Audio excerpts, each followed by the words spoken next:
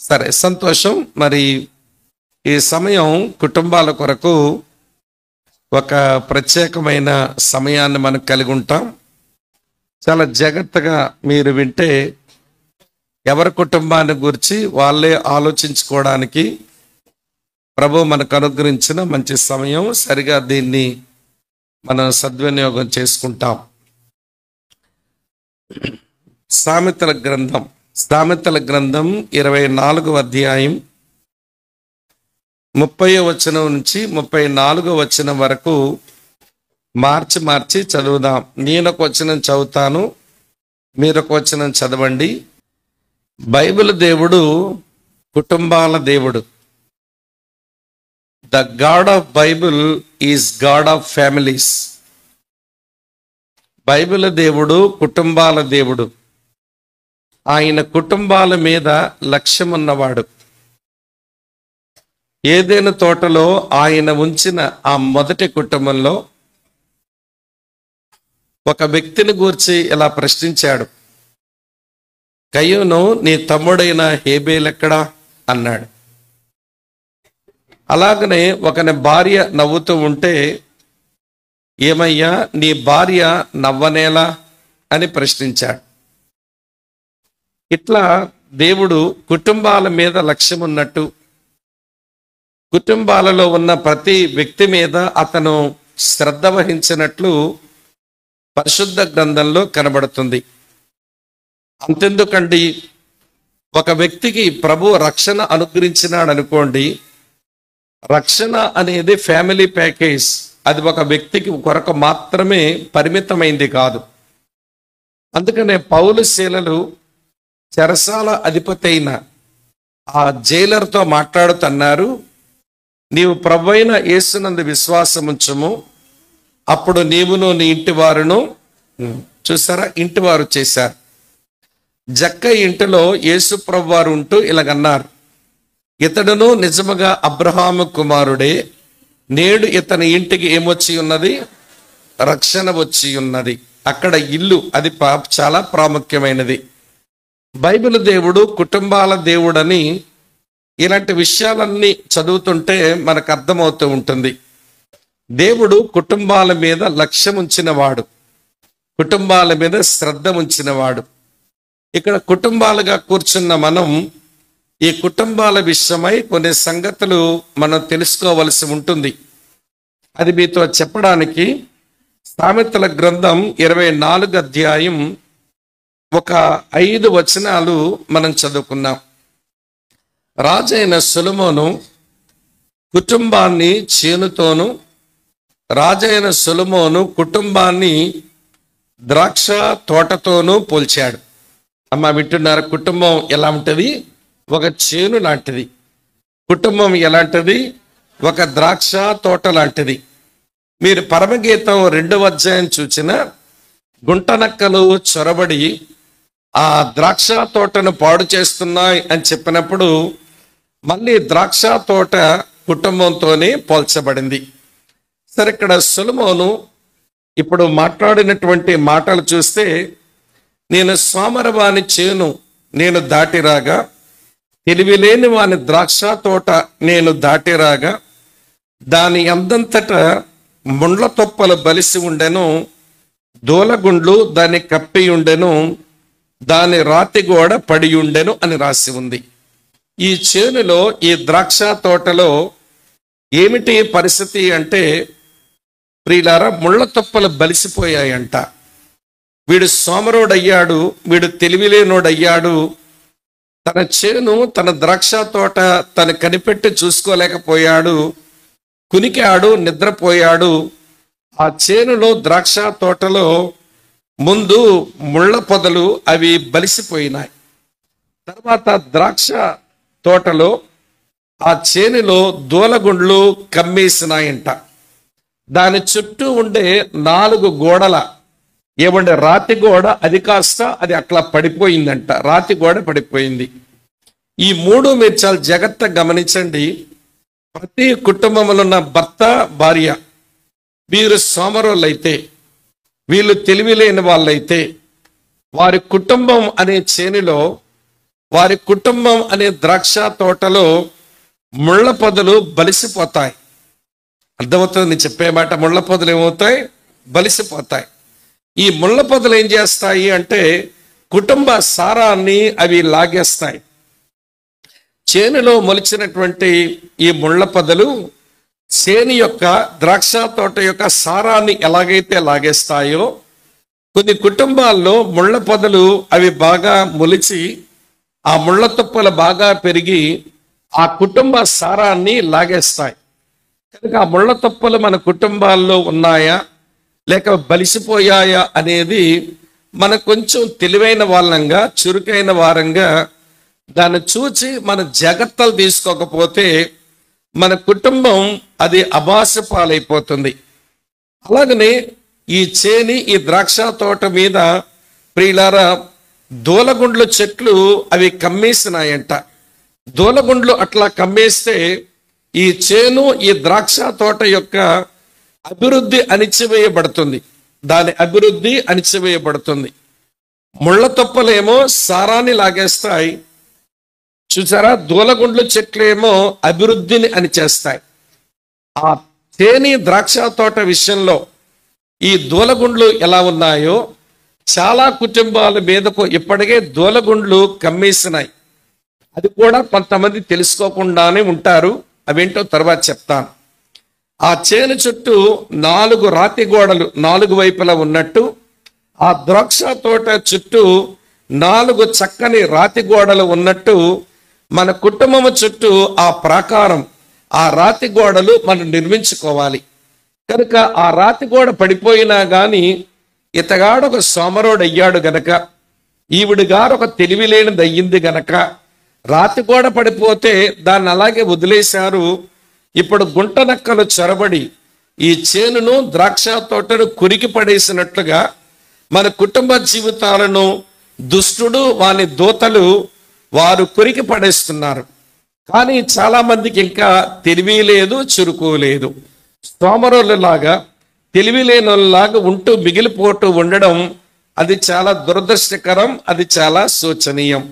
కనుక ఉపద్ఘాత మాటలన్నీ మీ మనసులో పెట్టుకుంటే ఈ చేని అలాగనే ద్రాక్ష తోట, దీంట్లో మొలిచే ముళ్ళ తుప్పలు, దీన్ని కమ్మేసేటువంటి దొలగుండ్లు, దీని చుట్టూ పడిపోయిన రాతిగోడ, ఈ మూడింటిని నేను ఇలా చెప్తాను వినండి. రాతిగోడ పడిందా భద్రత లేదు, దోలగుండ్లు కమ్మయ్యా అభివృద్ధి లేదు, అమ్మా ముళ్ళ పొదలు పొలిసినాయా సారము లేదు.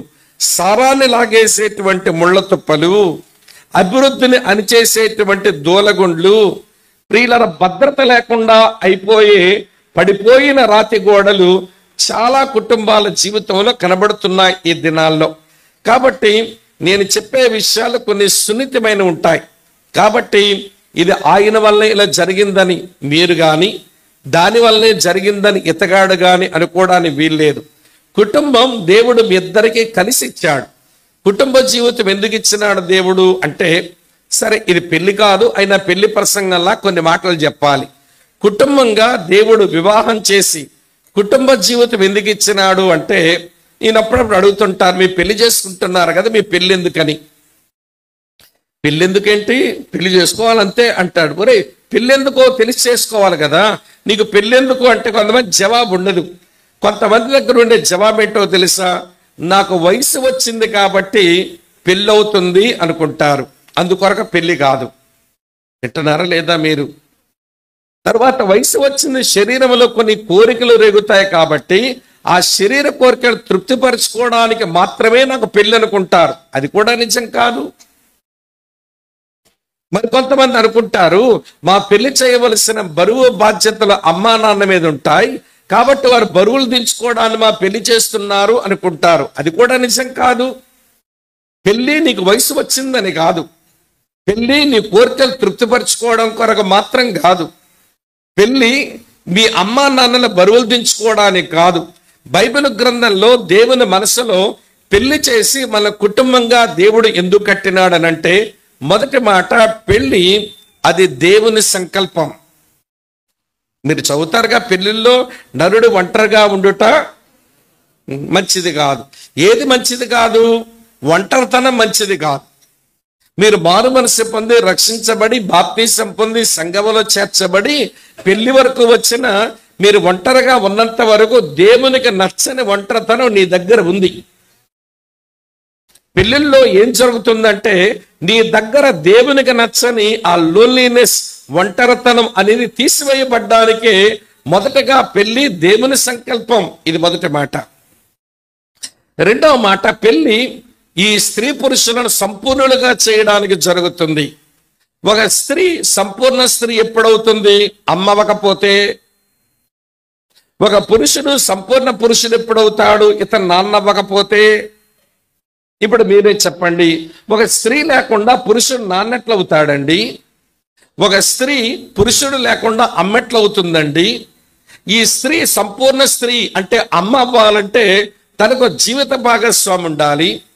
ఈ పురుషుడు సంపూర్ణ పురుషుడై ఒక తండ్రి అవ్వాలంటే తిరిగి సహకరించే ఒక భార్య తనకు అవసరం.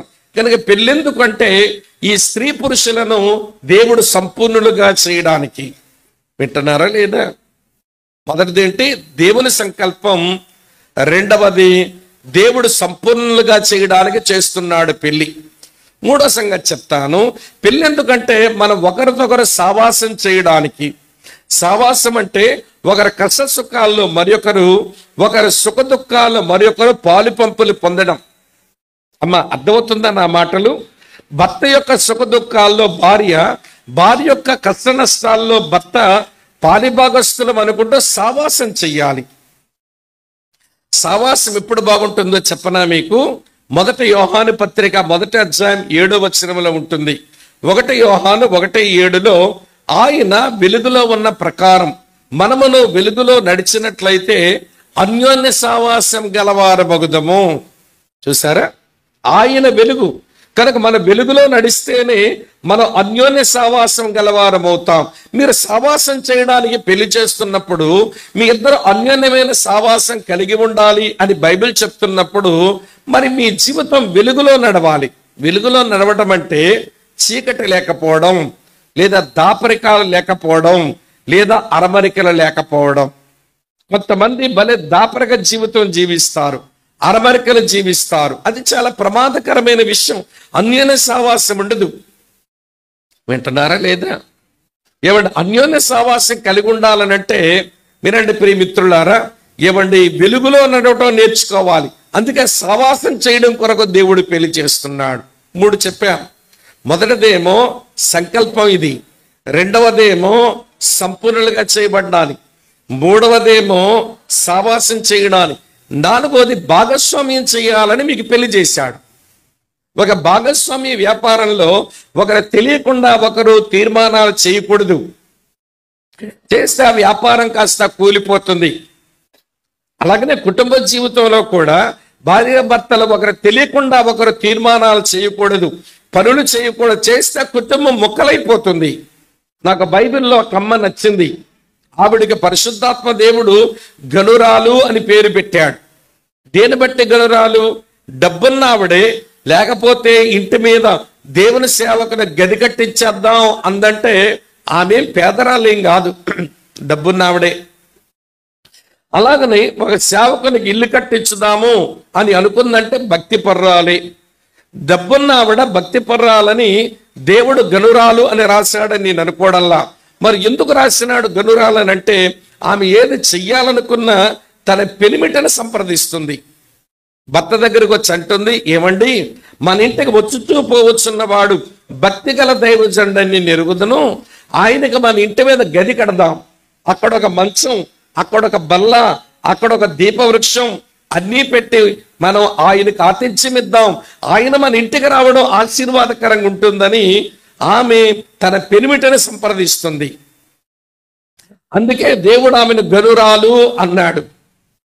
అలాగనే స్త్రీ పురుషుని సంప్రదించడమే కాదు, పురుషులు కూడా ఏది చేసినా తన భార్యతో సంప్రదించడం అది గనులైన అమ్మగాలు చేసే పని.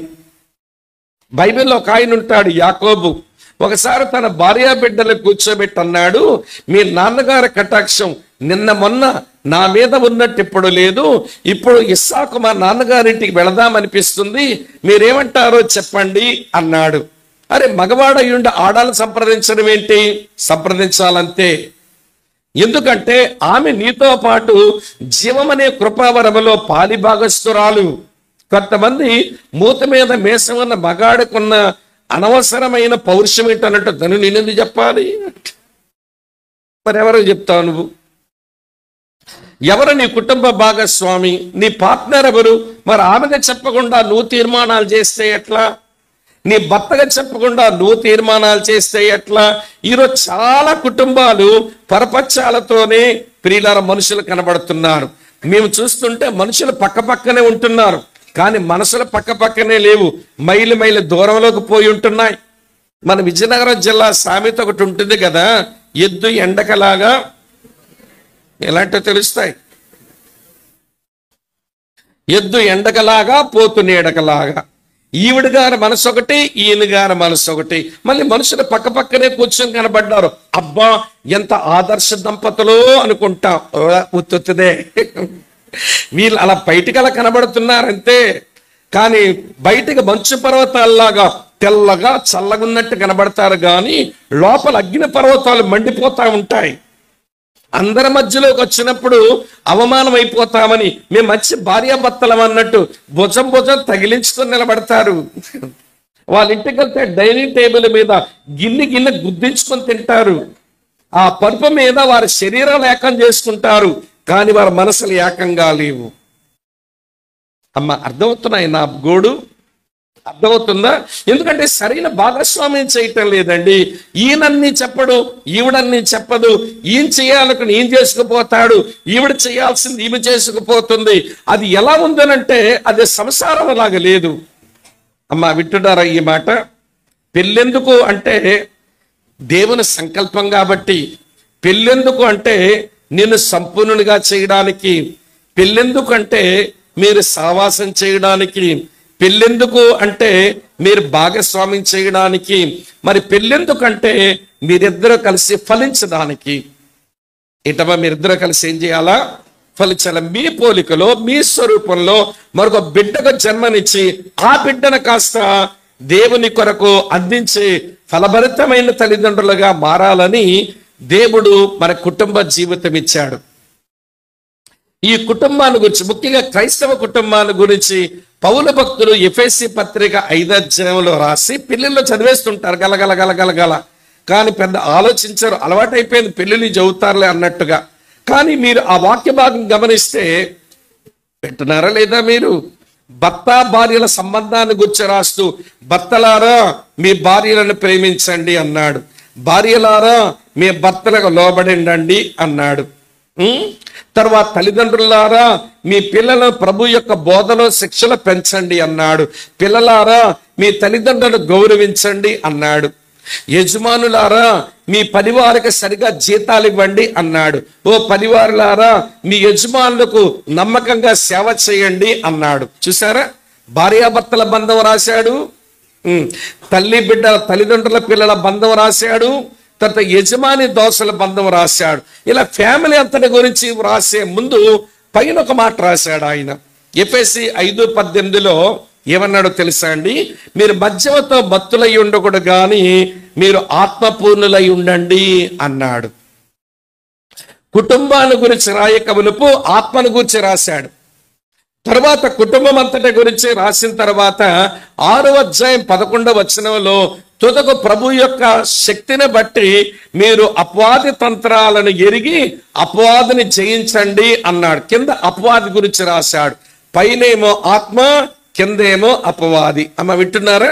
పైనేమో ఆత్మను గురించి రాశాడు, కిందనేమో అపవాది గురించి రాశాడు, మధ్యలోనేమో క్రైస్తవ కుటుంబాన్ని గురించి రాశాడు.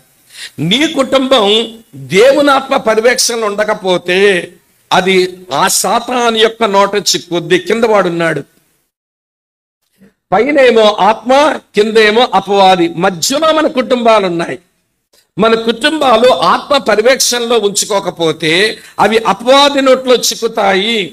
కాబట్టి మన సోమరులం కాక, మనము తెలివిలేని వాళ్ళం కాక, మన కుటుంబాల్లో మొలిచినటువంటి ఇవ్వండి ముళ్ళ తొప్పలేంటో చూడాలి, విరిచేయండి త్వరగా. వాటిని బలిసిపోయినా ఎనుకో నీ కుటుంబ సారమంతటినీ లాగేస్తాయి ఈ ముళ్ళ తొప్పలు. మీ కుటుంబ అభివృద్ధిని ఆపేసి దూలగుండ్లు బాగా బలిసిపోయి అవి కమ్మేస్తున్నాయి. అవి త్వరగా పీక పడేసుకోకపోతే, జాగ్రత్తలు పడకపోతే దూలగుండ్ల వలన నీ కుటుంబ అభివృద్ధి అంతా ఆగిపోతుంది. పడిపోయిన రాతి గోడ త్వరగా మనం కట్టుకోకపోతే మన కుటుంబం భద్రత లేని కుటుంబం అవుతుంది. నక్కలు వస్తాయి, ఎలుగుబంట్లు వస్తాయి, అలాగనే సింహాలు వస్తాయి, పులులు వస్తాయి, గుంట నక్కలు వస్తాయి, మన చేనిని అలాగనే మన ద్రాక్ష తోటను అవి కొరికి పడేస్తాయి. అర్థమైందంటే నేను చెప్పిందంతా? ఇప్పుడు చెప్తాను అసలు విషయం ఏమిటి అంటే, నీ కుటుంబంలో కనబడుతున్న ముళ్ళ తుప్పలేంటో, నీ కుటుంబంలో కనబడుతున్న ముళ్ళ తుప్పలేంటో చెప్తాను. అవి మొలవగానే విరిచేయి, ఉంచుకున్నావనుకో పెరిగిపోయి తొప్ప పెరిగి నీ కుటుంబ సారమంతటినీ లాగేస్తాయి అవి. సరే, ముందు ముళ్ళ తుప్పల సంగతి చూద్దాం. ముళ్ళ తుప్పలు కొన్ని రకాలు ఉంటాయి. ఇందులో మొదటి రకం ముళ్ళ తుప్ప ఏంటనంటే నిలిచి ఉన్న కోపం, స్టాగ్నేటెడ్ యాంగర్ అన్నారు. ఏంట? నిలిచి ఉన్న కోపం. నాకు అస్సలు కోపం రాదనే వాళ్ళు చెయ్యొద్దండి, మీ కాలుకు దండం పెడతాను ఒకసారి వచ్చి. అందరూ కోపపడే వాళ్ళగా. కోపం రావడం అదేం పాపం కాదండి, వింటున్నారు? కోపం రావడం ఏం పాపం కాదు, కానీ కోపం నిలిచి ఉంచుకుంటే అది పాపంగా మారుతుంది. అందుకని అపోస్తలుడైన పౌలు ఎఫెసీయులకు రాసిన పత్రిక 4వ అధ్యాయంలో ఇలా అన్నాడు. ఎఫెసీ పత్రిక 4వ అధ్యాయం 26వ వచనం చూడండి. కోపపడుడి గాని పాపము చెయ్యకుడి, సూర్యుడు అస్తమించే వరకు మీ కోపము నిలిచి ఉండకూడదు, అపవాదిగా చోటియ్యకుడి అన్నాడు. ఒకవేళ నీ కోపం వచ్చింది నీ పెనిమిటి మీద, సూర్యుడు అస్తమించే లోపగానే ఆ కోపాన్ని కాస్త సమాధి కట్టు. నీ పడుపు మీదకు నువ్వు వెళ్ళేసరికి నీ మనసులో ఆయన మీద కోపం ఉండకూడదు. నీ భార్య మీద కోపం వచ్చింది అనుకోండి, సూర్యుడు అస్తమించే వరకు ఆ కోపం ఉంచుకొని సూర్యుడు అస్తమించినాడనంటే ఆ కోపాన్ని సమాధి కట్టి నువ్వు పరిపెక్కగా మునిపే వినండి, ఆ కోపాన్ని సమాధి కట్టండి. ఒకవేళ మీ కోపం నిలిపి ఉంచుకున్నారనుకోండి, కోపం కాస్త నిలిపి ఉంచుకుంటే అది ద్వేషంగా మారుద్ది. కోపం ఏమైపోయిందమ్మా? ద్వేషమైంది. అది ద్వేషంగా పెరిగిన తర్వాత ఇంకా ఉంచుకున్నాం అనుకోండి, అది కాస్త పగగా మారుద్ది. ఏ దశ వచ్చింది దానికి? పగ అయ్యింది. పగను కాస్త అలాగే ఉంచుకున్నాం అనుకోండి, అది ప్రతీకారంగా మారిపోతుంది. చూసారు లింక్ ఎలా ఉందో?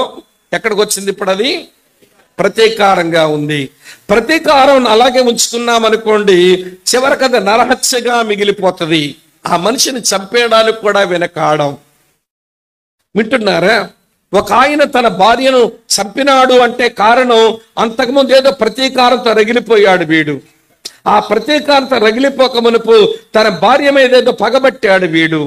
ఆ పగక ముందు ఆవిడ మీద ద్వేషం ఏదో పెంచుకున్నాడు, ద్వేషానికి ముందు కోపం ఏదో ఉంచుకున్నాడు. ఆ కోపం అయినప్పుడే అది నిలిపి ఉంచకుండా సమాధి చేసి ఉంటే ఎంత బాగుండును. అందుకనే ఆదిలోనే ఆదికాండం 4వ అధ్యాయంలో కయ్యోనుకు కోపం వచ్చింది. అప్పుడు దేవుడు ఏమన్నాడో చూడండి. ఆదికాండం 4వ అధ్యాయం, ఆదికాండం 4వ అధ్యాయం చదువుతున్నాను, 6వ వచనం. యెహోవా కయ్యూనుతో, నీకు కోపమేలా? ముఖము చిన్నబుచ్చుకున్నావేమి? నువ్వు సత్క్రియ చేసిన ఎడల తలెత్తుకొనవా? సత్క్రియ చెయ్యని ఎడల వాకిట పాపం పొంచి ఉండును. నీ ఎడల దానికి వాంఛ కలుగును, నీవు దానిని ఏలుదువు. ఏమయ్యా కయ్యూను, నీ తమ్ముడైన హేబేలు మీద కోపం ఎందుకు? ఆ కోపాన్ని ఉంచుకున్నాడు ఆయన, అది ద్వేషంగా మారింది. ద్వేషం కాస్త పగగా మారింది, పగ కాస్త ప్రతీకారంగా మారింది. చివరికి తన తమ్ముడైన హేబేలుతో మాట్లాడి అతని పొలములో చంపి వాడు నరహంతకుడుగా మారిపోయినాడు. క్రీస్తునందు ప్రియమైన స్నేహితులారా, ఈరోజు చాలా కుటుంబాల్లో నిలిచిపోయి ఉన్న కోపం, స్టాగ్నేటెడ్ యాంగర్, అది అలానే ఉంచుకుంటున్నారండి. అమ్మా వింటున్నారు? అలానే ఉంచుకుంటున్నారండి కోపాన్ని. రోజుల తరబడి, వారాల తరబడి, నెలల తరబడి, సంవత్సరాల తరబడి ఆయన మీద ఈవిడి కోపం, ఈవిడి మీద ఆయన కోపం. అది ఏమి సంసారం అండి? అది క్రైస్తవ కుటుంబం ఎలా అవుతుంది చెప్పండి? మాలకిస్తున్నారా? ఈ ముళ్ళ తప్ప పేరు నిలిచి ఉన్న కోపం. కోపం రావడమేమి పాపం కాదు. ఆ కోపాన్ని నిలిపి ఉంచుకుంటే అది పాపంగా పరిగణిస్తుంది అనే విషయం దేవుని పిల్లలుగా మీరు గమనించాలి. ఆ కోపం అనేది వచ్చినప్పుడు దాన్ని విరిచేయి. దేవుని యొక్క ప్రేమ చేత, దేవుని యొక్క కృప చేత, దేవుడిచ్చిన క్షమాపణ గుణమ చేత విరిచేయి, బాగుంటుంది. కానీ ఆ కోపాన్ని అలాగ ఉంచుకుంటే చివరికి నీ బ్రతుకు నరహత్య దగ్గర తేలుతుంది. జాగ్రత్త. భార్యను భర్తను చంపిన వాళ్ళు, భర్తను చంపిన భార్యలు ఈ సమాజంలో ఈ మధ్య కాలంలో కోకొల్లలుగా కనబడుతున్నారండి. టీవీలో చూస్తున్నాం, యూట్యూబ్లో చూస్తున్నాం, పేపర్లో చూస్తున్నాం. ఏమైపోయింది అని అంటే చంపేసుకుంటున్నారండి. అంత భయంకరమైన రాక్షసత్వం ఎట్లా లభ్యంది అని అంటే ఆరంభంలో వచ్చిన కోపాన్ని వారు అరికట్టడం వారికి చేతకాల. అక్కా చెల్లి తమ్ముడన్నా వినండి, నీ కుటుంబంలో ఎవరి కుటుంబ సభ్యులలో ఎవరిలోనైనా నిలిచి ఉన్న కోపం ఉండిపోతే అప్పుడే మీ చేనులో, మీ ద్రాక్ష తోటలో ముళ్ళ తప్ప మొలిసిందని తెలుసుకోండి. ఈ సాయంత్రం దాన్ని విరిచేయండి ప్రభు సన్నిధిలో. అది ఉంచుకుంటే మీ కుటుంబ సారమంతటినీ లాగేస్తుంది అన్నట్టు. ఇది మొదటి మాట. సరే, రెండో మాట చెప్తాను వినండి. రెండో ముళ్ళ తప్ప. ఇదేం ముళ్ళ తప్ప అంటే, వింటున్నారా లేదా మీరు? ఇది రెండో ముళ్ళ తప్ప. ఇదేం ముళ్ళ తప్ప అంటే అనారోగ్యకరమైన దాపరికం, అన్హెల్దీ సీక్రసీ. అనారోగ్యకరమైన దాపరికం అంటే ఆరోగ్యకరమైన దాపరికం ఉంటుంది. ఇవన్నీ చెప్పాను అనుకోండి, ఆయనకి బీపీ ఉంది, ఆయన షుగర్ ఉంది, ఇవి చెబితే తట్టుకోలేడు అని దాచేవనుకో, అది హెల్దీ సీక్రసీ, అది ఆరోగ్యకరమైన దాపరికం, మంచిది. ఇవన్నీ చెప్పాను అనుకోండి, అసలు ఈమెకి గుండె స్పీడ్గా కొట్టుకుంటది, నరాల బలహీనత ఉంది. నేను చెప్పాను అనుకోండి, కంగారు పడిపోయి ఇంకెక్కువ జబ్బులు పాలైపోద్ది నా భార్య అని దాచిపెట్టడం, అది మరి సంతోషం. అది ఆరోగ్యకరమైన దాపరికం. ఆరోగ్యకరమైన దాపరికం ఉంటది, అనారోగ్యకరమైన దాపరికం ఉంటది. నాతో ఉంటున్నారా మీరంతా? అనారోగ్యకరమైన దాపరికం అంటే ఎలా ఉంటుందో చెప్తాను, వినండి. మా వైపే జరిగిన విషయం. భర్త ఏమో మినుములు పెసలు అమ్మాడంట, ఇలాంటి సీజనే. అమ్మి పైసలేమో భార్యకి ఇచ్చినాడు. ఆ రోజుల్లో బీరువాలు లేవు మా వైపు, ఏమంటే అందుకని బోని పెట్టలని పెద్ద పెద్ద పెట్టెలు ఉంటాయి రైతుల ఇళ్లల్లో. ఏమండి భర్త డబ్బులు ఇస్తే ఆ బోని పెట్టెలో లోపల కొండలుంటే కొండలో దాచిపెట్టిందంట. దాచిపెడితేను ఆ వీధిలో నిగమ చీరలు అమ్మేటోడు వచ్చాడు. ఆ రోజుల్లో చీరలు అమ్మేటోడు ఎంత తెలివైన వాళ్ళంటే సినిమా పేర్లు పెట్టి చీరలు అమ్మేవాళ్ళు. దసరా బుల్లోడు చీరలమ్మ అనేవాడు. చూడాలని ముందు చీరలమ్మ అన్నాడు. ఈవిడ చూడాలనిపించింది. బాబు మూట దించు అని ఏమండి సైకిల్ మీద పోయిన చీరల మూట దింపించి మొత్తం చీరలన్నీ చూసుకుందట. ఒక చీర నచ్చింది, కొనుక్కోవాలనిపించింది. డబ్బులు ఎక్కడున్నాయి? బోనిపెట్లో కొండలు, ఇలాంటి బాగా తెలుస్తాయి మీకు. సరే, మొత్తానికి ఆ కొండ నుంచి డబ్బులు తీసేసి చీర కొనేసుకుంది. ఆడవాళ్ళ బుద్ధి ఎలా ఉంటుందో చెప్పనా? మీదే. కొత్త చీర కొనుక్కోగానే ఏ శుభకార్యం వస్తుందా, ఎప్పుడు కడదామా, ఎప్పుడు కడదామా, ఎప్పుడు కడదామా, ఎప్పుడు కట్టుకుందామని ఒకటే ఉబ్బలాట ఉంటుందిగా ఆడపిల్లలకు. సరే, శుభకార్యం వచ్చిందంట, కొత్త చీర కట్టింది. వింటున్నారా మీరంతా? చీర కట్టగానే భర్త చూశాడు. ఏంటి చీర? నేను కొన్నట్టుగా లేదే, ఎక్కడది చీర అన్నాడు. అనగానే, ఏమండి మీరిచ్చిన డబ్బులతో నేను చీర కొనేసుకున్నానండి అంటే ఎంత బాగుందండి. సరే, కోప్పడేవాడేమో నన్ను క్షమించండి అంటే మంచి చీర కొనుక్కున్న డబ్బులు వృధా చేయలేదుగా, పర్వాలేదులే అని ఉండేవాడేమో. కానీ ఈవిడికి అన్హెల్దీ సీక్రెసీ అలవాటు, అనారోగ్యకరమైన దాపరికం అలవాటు. ఆవిడందట మా అమ్మ కొని పంపించింది నిండి అంది. ఎవరు కొని పంపించారమ్మా? సరే, అక్కడ ఒక వారం రోజులు తిరిగిన తర్వాత ఈయన అత్తవారు ఊరు దాటి ఒక ఊరికి ఒక పని మీద వెళ్ళి తిరిగి వస్తా, ఎండన పడి వెళ్తానులే, అత్తగారి ఇంటి దగ్గరికి వెళ్ళి మధ్యాహ్నం కొంచెం తిని 4 గంటల వరకు కొంచెం పడుకొని టీయో కాఫీయో తాగి లేచి సాయంత్రం చల్లబడ్డాక ఇంటికి వెళ్దామని అత్తమ్మ ఇంటికి వెళ్ళి భోంచేసి పడుకొని 4 గంటలు లేచి అత్తమ్మ కాఫీ ఇస్తే తాగి అతను బయలుదేరి వెళ్లే ముందు అన్నాడట, ఏంటత్తా నువ్వే పేదరానివి, నీ కూతురుగా చేరే కొనలేనోడినా నువ్వెందుకు కొని పంపించావు అన్నాడు. పాపం అమాయకురాలైన అత్తమ్మ మన భాషలో నిన్నెప్పుడు కొన్నైనా అది.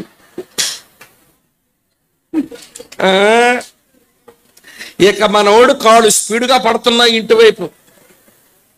గబగబా ఇంటికి వచ్చాడు. వచ్చిన తర్వాత ఏమండి మూలన మునకల కర్ర తీశాడు, పశువులు కొట్టే కర్ర తీశాడు. పడిమని వేస్తున్నాడు. ఏమండి చెప్పండి, నేనేం తప్పు చేశాను చెప్పండి, ఎందుకు కొడుతున్నాను చెప్పడే. కోపమంతా విరిగింది, మొత్తానికి కర్ర కూడా విరిగింది. విరగ్గానంటున్నాడు, ఎవడే పెట్టాడా చీర అన్నాడు. అతని హృదయంలో అనుమానం రావడానికి కారణం ఏంటి? నీ దాపరికమే కదా.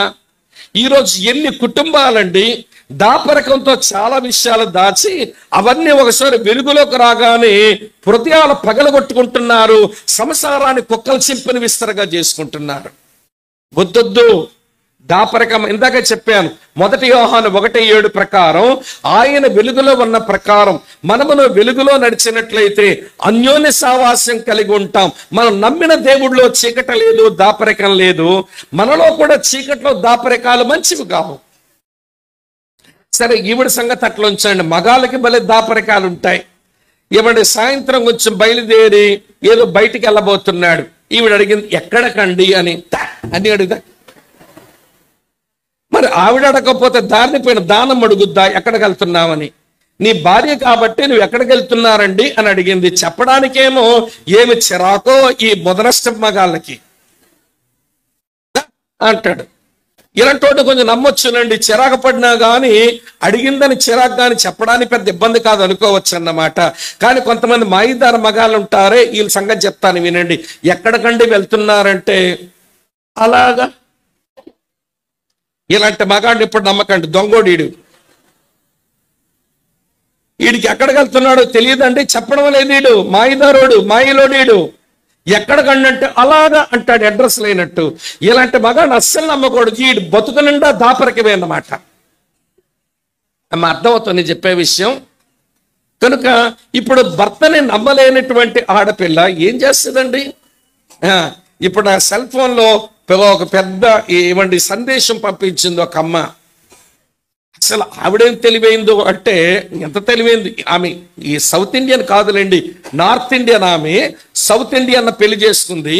ఇతగాడు ఎక్కడికి వెళ్ళినా చెప్పడం లేదని టెక్నికల్గా బాగా చదువుకున్న అమ్మాయి ఏమో అతగాడు సెల్ ఫోన్లోనే ఏదో ఒక ఏమండి యాప్ పెట్టిందంట. మనోడు ఎక్కడ కదులుతుంటే ఈవిడ ఇంట్లో ఉండి మొత్తం అంతా తెలుసుకుంటుంది. మీరు ఎక్కడికి వెళ్తున్నారని అడిగితే ఏదో చెబితే మొత్తం అంతా కూడా అతగాడి యొక్క ట్రాక్ అంతా చూసేస్తుంది. అక్కడ వెళ్ళకపోతే ఫోన్ చేస్తుంది, మీరు అక్కడికి వెళ్తామని చెప్పారు, అక్కడ ఎందుకున్నారు అంటుంది అన్నమాట. ఈరోజు ఇద్దరు విడిపోయి ఉన్నారండి. వాళ్ళిద్దరు కలపడానికి 3 చెరువులు నీరు తాగుతున్నాం. ఆవిడ వినదు, ఆయన వినడు. ఆవిడ మోపే నేరమంతా ఒకటేనండి, ఒకటి చెప్తాడండి, మరొకటి చేస్తాడండి. ఈయన నాకు అతగాడి మీద 2 అనుమానాలు ఉన్నాయండి అని చాలా నీచంగా కొన్ని మాటలు చెప్పింది. నా దగ్గర ఎవిడెన్స్ ఉంది అని వినండి. అతని ఫోన్లోనే అతను ఇంకొక వ్యక్తితో మాట్లాడిన మాటలు మొత్తం రికార్డ్ చేసి తన ఫోన్లోని తెచ్చుకుందండి ఈ టెక్నికల్ అమ్మాయి. వింటున్నారా?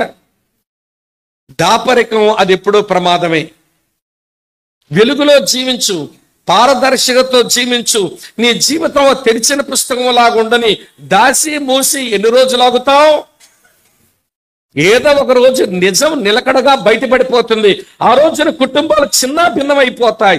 ఈ తెలివి లేనోళ్ళు, ఈ సోమరులు వినండి ప్రియులారా, మీరు అనారోగ్యకరమైన దాపరికాలు పెంచుకుని సంసారాలను ముక్కలు చేసుకుంటున్నారు. ఇవి బాగా బలిసినటువంటి ముళ్ళ తుప్పిది.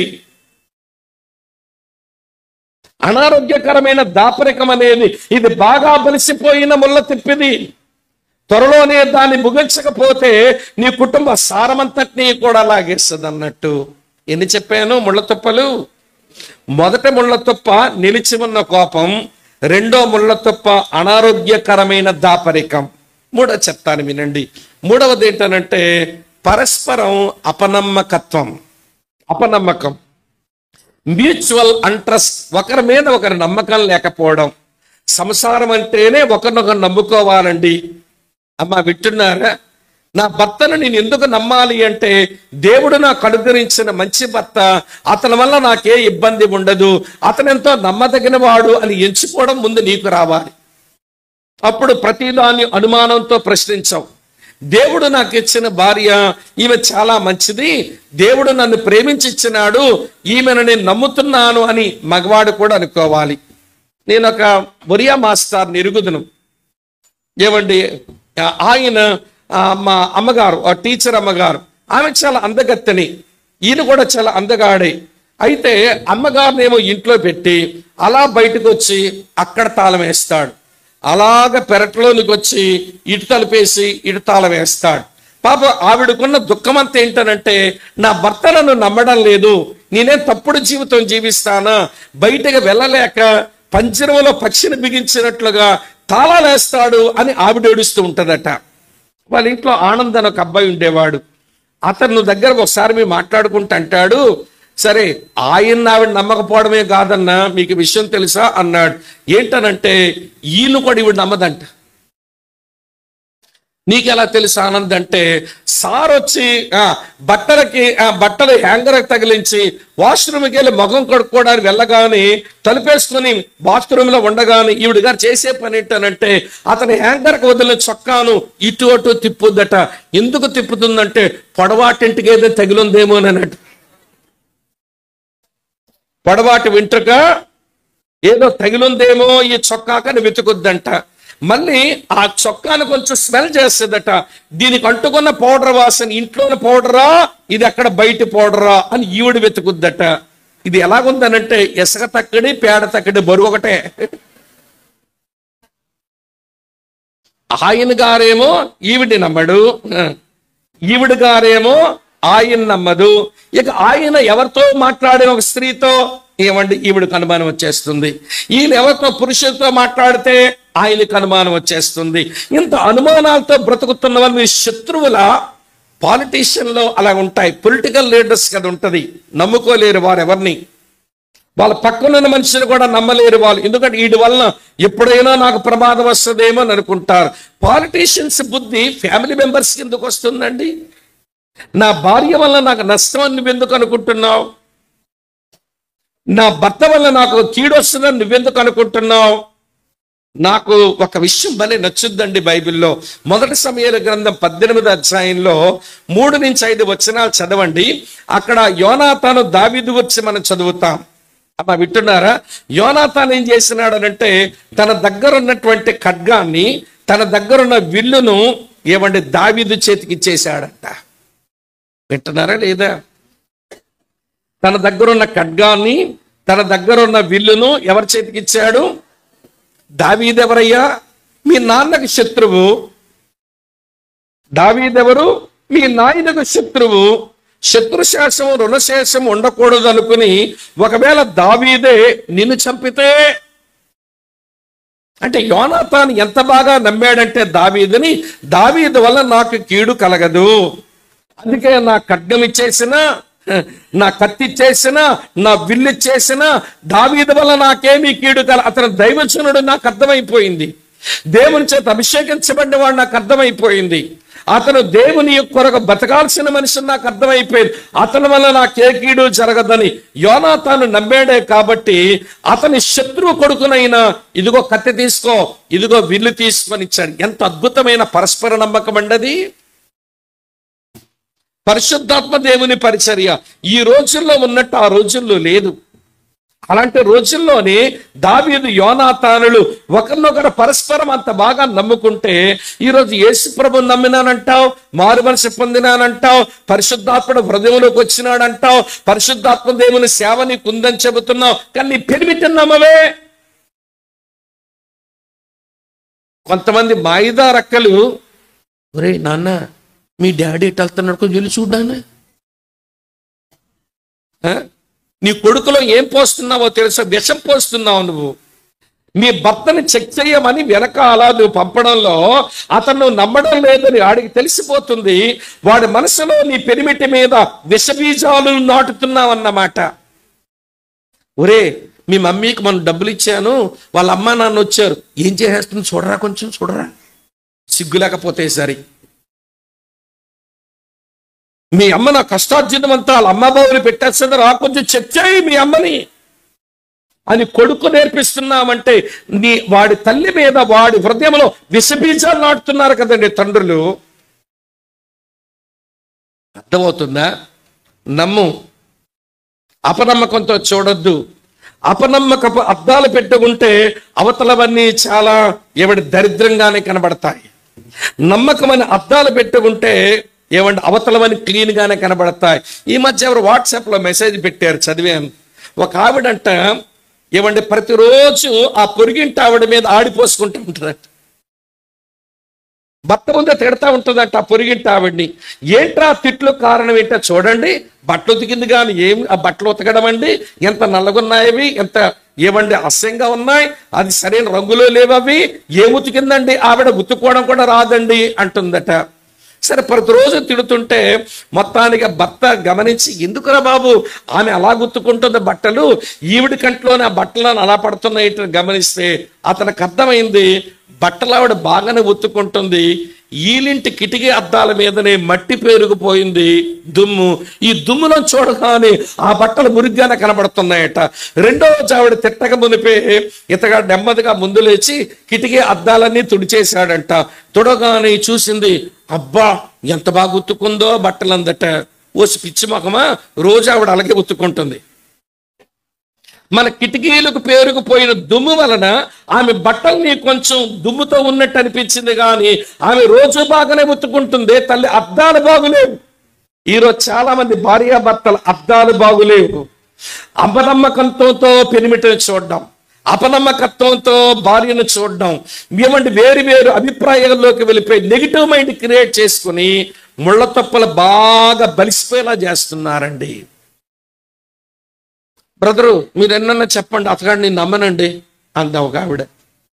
మరి ఎవరు నమ్ముతావమ్మా నువ్వు?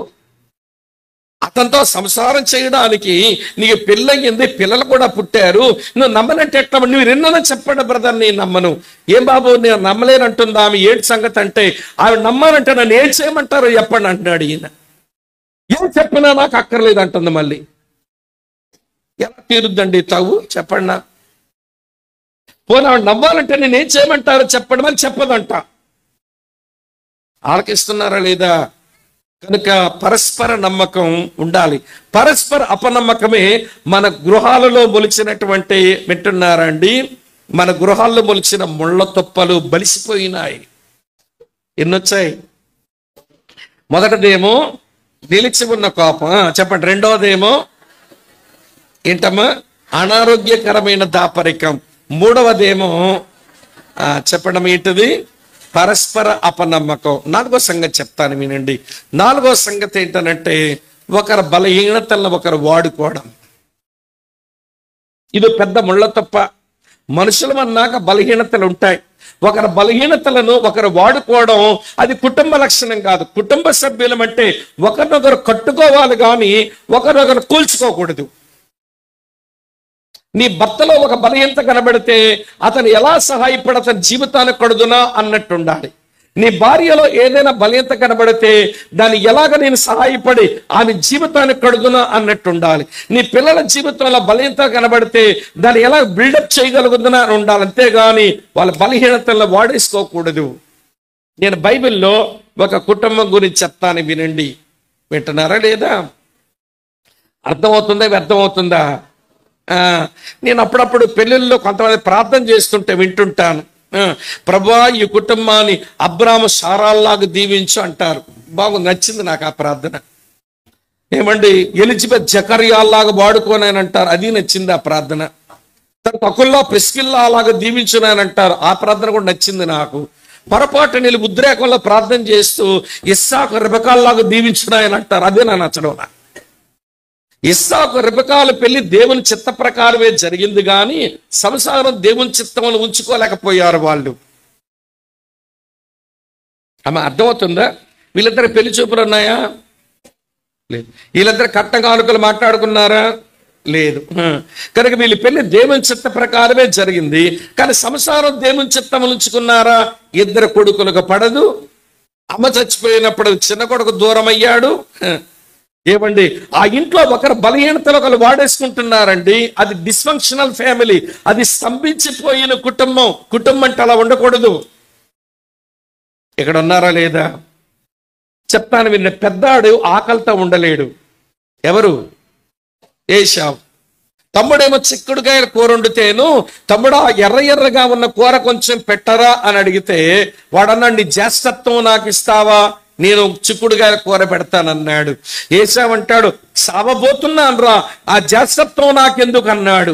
ఊరెవరు ఒక పూటకి తినపోతే చచ్చిపోతారండి. ఏశావుకు షుగరేమో. ఏశావుకు షుగర్ జబ్బు ఉందేమో ఆ రోజుల్లో. మరి ఒక పూట తినపోతే చచ్చిపోతారండి మనుషులు. దేవుడు కృపతో ఇచ్చిన జ్యేష్ఠత్వాన్ని చిక్కుడుగాయల కూర కమ్మేయడానికి రెడీ అయిపోయాడు. ఏశావు ఎలాంటోడనంటే అన్న యొక్క ఆకలి బలహీనత తమ్ముడు వాడేసుకున్నాడు ఆ ఇంట్లో. అర్థమైందమ్మా నేను చెప్పింది? అన్న యొక్క ఆకలి బలహీనత తమ్ముడు వాడేసుకున్నాడు. నాన్నకేమో కొంచెం కళ్ళు కనబడవు, మంద దృష్టి వచ్చింది. నేనేదో చచ్చిపోయేలాగున్నాను అని చెప్పే ప్రియమైన స్నేహితులారా, పెద్ద కొడుకుని పిలిచి, నాయనా నేను చావక ఉనిపే నేను దీవిద్దాం అనుకున్నాను. ఆదికాండం 27:4 ఉంటుంది. నేను చావబోతున్నాను, చావక ఉనిపే నేను ఆశీర్వదిద్దాం అనుకున్నాను, కొంచెం రుచికరమైన భోజనం పెట్టరా, తినేసి దీవిస్తానన్నాను. అంటే దీవెన పలుకులు పలకడానికి మొక్కతో ముద్దపడాలంట. ఇదిగాడు బలహీనత. ఇది ఏంటమ్మా? కొంచెం మొక్కతో ఏం పడాలా? ముద్ద పడాలి. అప్పుడు ఆశీర్వచనాలు వస్తాయంట.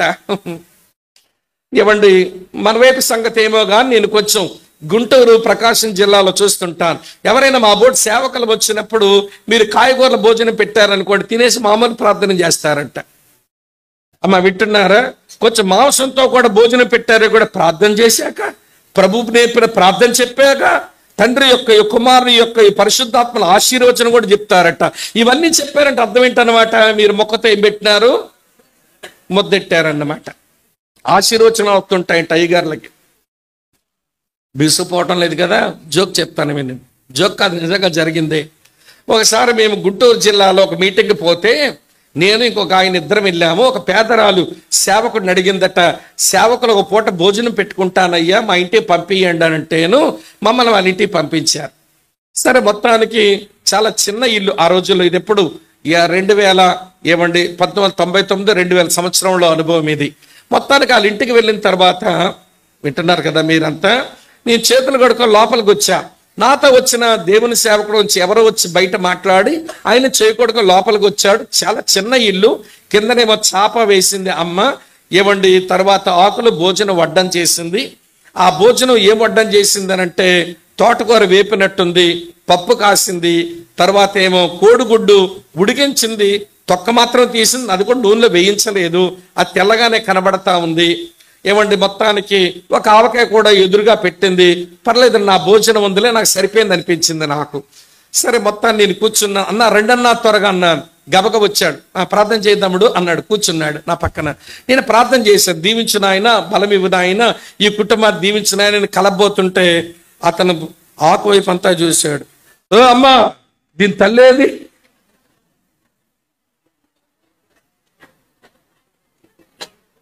దీని తల్లేదమ్మా అంటే,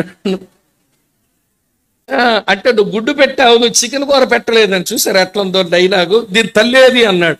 ఆవిడ పేదరాలైతే అయింది కానీ ఎంత తెలివైందో కానీ ఆవిడ నవ్వుతుంది. అయ్యగారు, నా ఇంట్లో పిల్లనే తినండి, రాత్రికి ఇక్కడ తల్లిని తిందురులేండి అంది. మొత్తానికి ఏమీ మాట్లాడకుండా మొత్తం నవ్వుతా తినేశాడు ఆయన. ప్రియులు, కొంతమంది మొక్క ప్రియులు ఉంటారు. ఇప్పుడు ఇస్సాకు దగ్గర ఉన్న బలహీనత ఏంటన్న మొక్క ప్రియుడు. చెప్పండి, ఏం ప్రియుడు? మన బుద్ధి కూడా అంతే కదా, మన మొక్క లేకపోతే ముద్ద దిగదుగా. ఏం అలా చూస్తున్నారు? ఏమంటే కొంచెం మొక్క కావాలట. ఆ బలహీనతను భార్య వాడేసుకుంది. ఒరే చిన్న కొడుక, చిన్నవాడా, మీ నాన్నకు రుచికరమైన భోజనం ఏంటో తెలుసురా నాకు, నేను మొక్కతో భోజనం సిద్ధం చేస్తా, మీ అన్నయ్య రాకమునిపే ఆశీర్వాదం నువ్వు లాగేసుకోవని అతని యొక్క మంద దృష్టి, అతని యొక్క మాంసాహారపేక్ష బలహీనతలు వాడేసుకుంది ఈమె. అది ఏమి సంసారం అండి? ఒకరి బలహీనతలను తెలుసుకొని ఆ బలహీనతలు వాడుకొని పరస్పరం మోసగించుకుంటున్నారంటే అది ఏమిల్లది? ఈరోజు చాలా కుటుంబాలంతే. అతగాడు బలహీనత ఇదని తెలిస్తే దాన్ని ఎన్కేజ్ చేసుకోవాలనుకుంటారు సిస్టర్ గారు. ఈ సహోదరు యొక్క బలహీనత ఇదని తెలిస్తే దాన్ని ఉపయోగించుకోవాలనుకుంటాడు ఈ మగ ఆయన. అమ్మా నాన్నల వీక్నెస్ ఏదో తెలిసిన పిల్లలు దాన్ని వాడేసుకుంటున్నారు. బలహీనతలు వాళ్ళ ఇంట్లో ముళ్ళ తొప్పలు బలిసిపోతున్నాయి.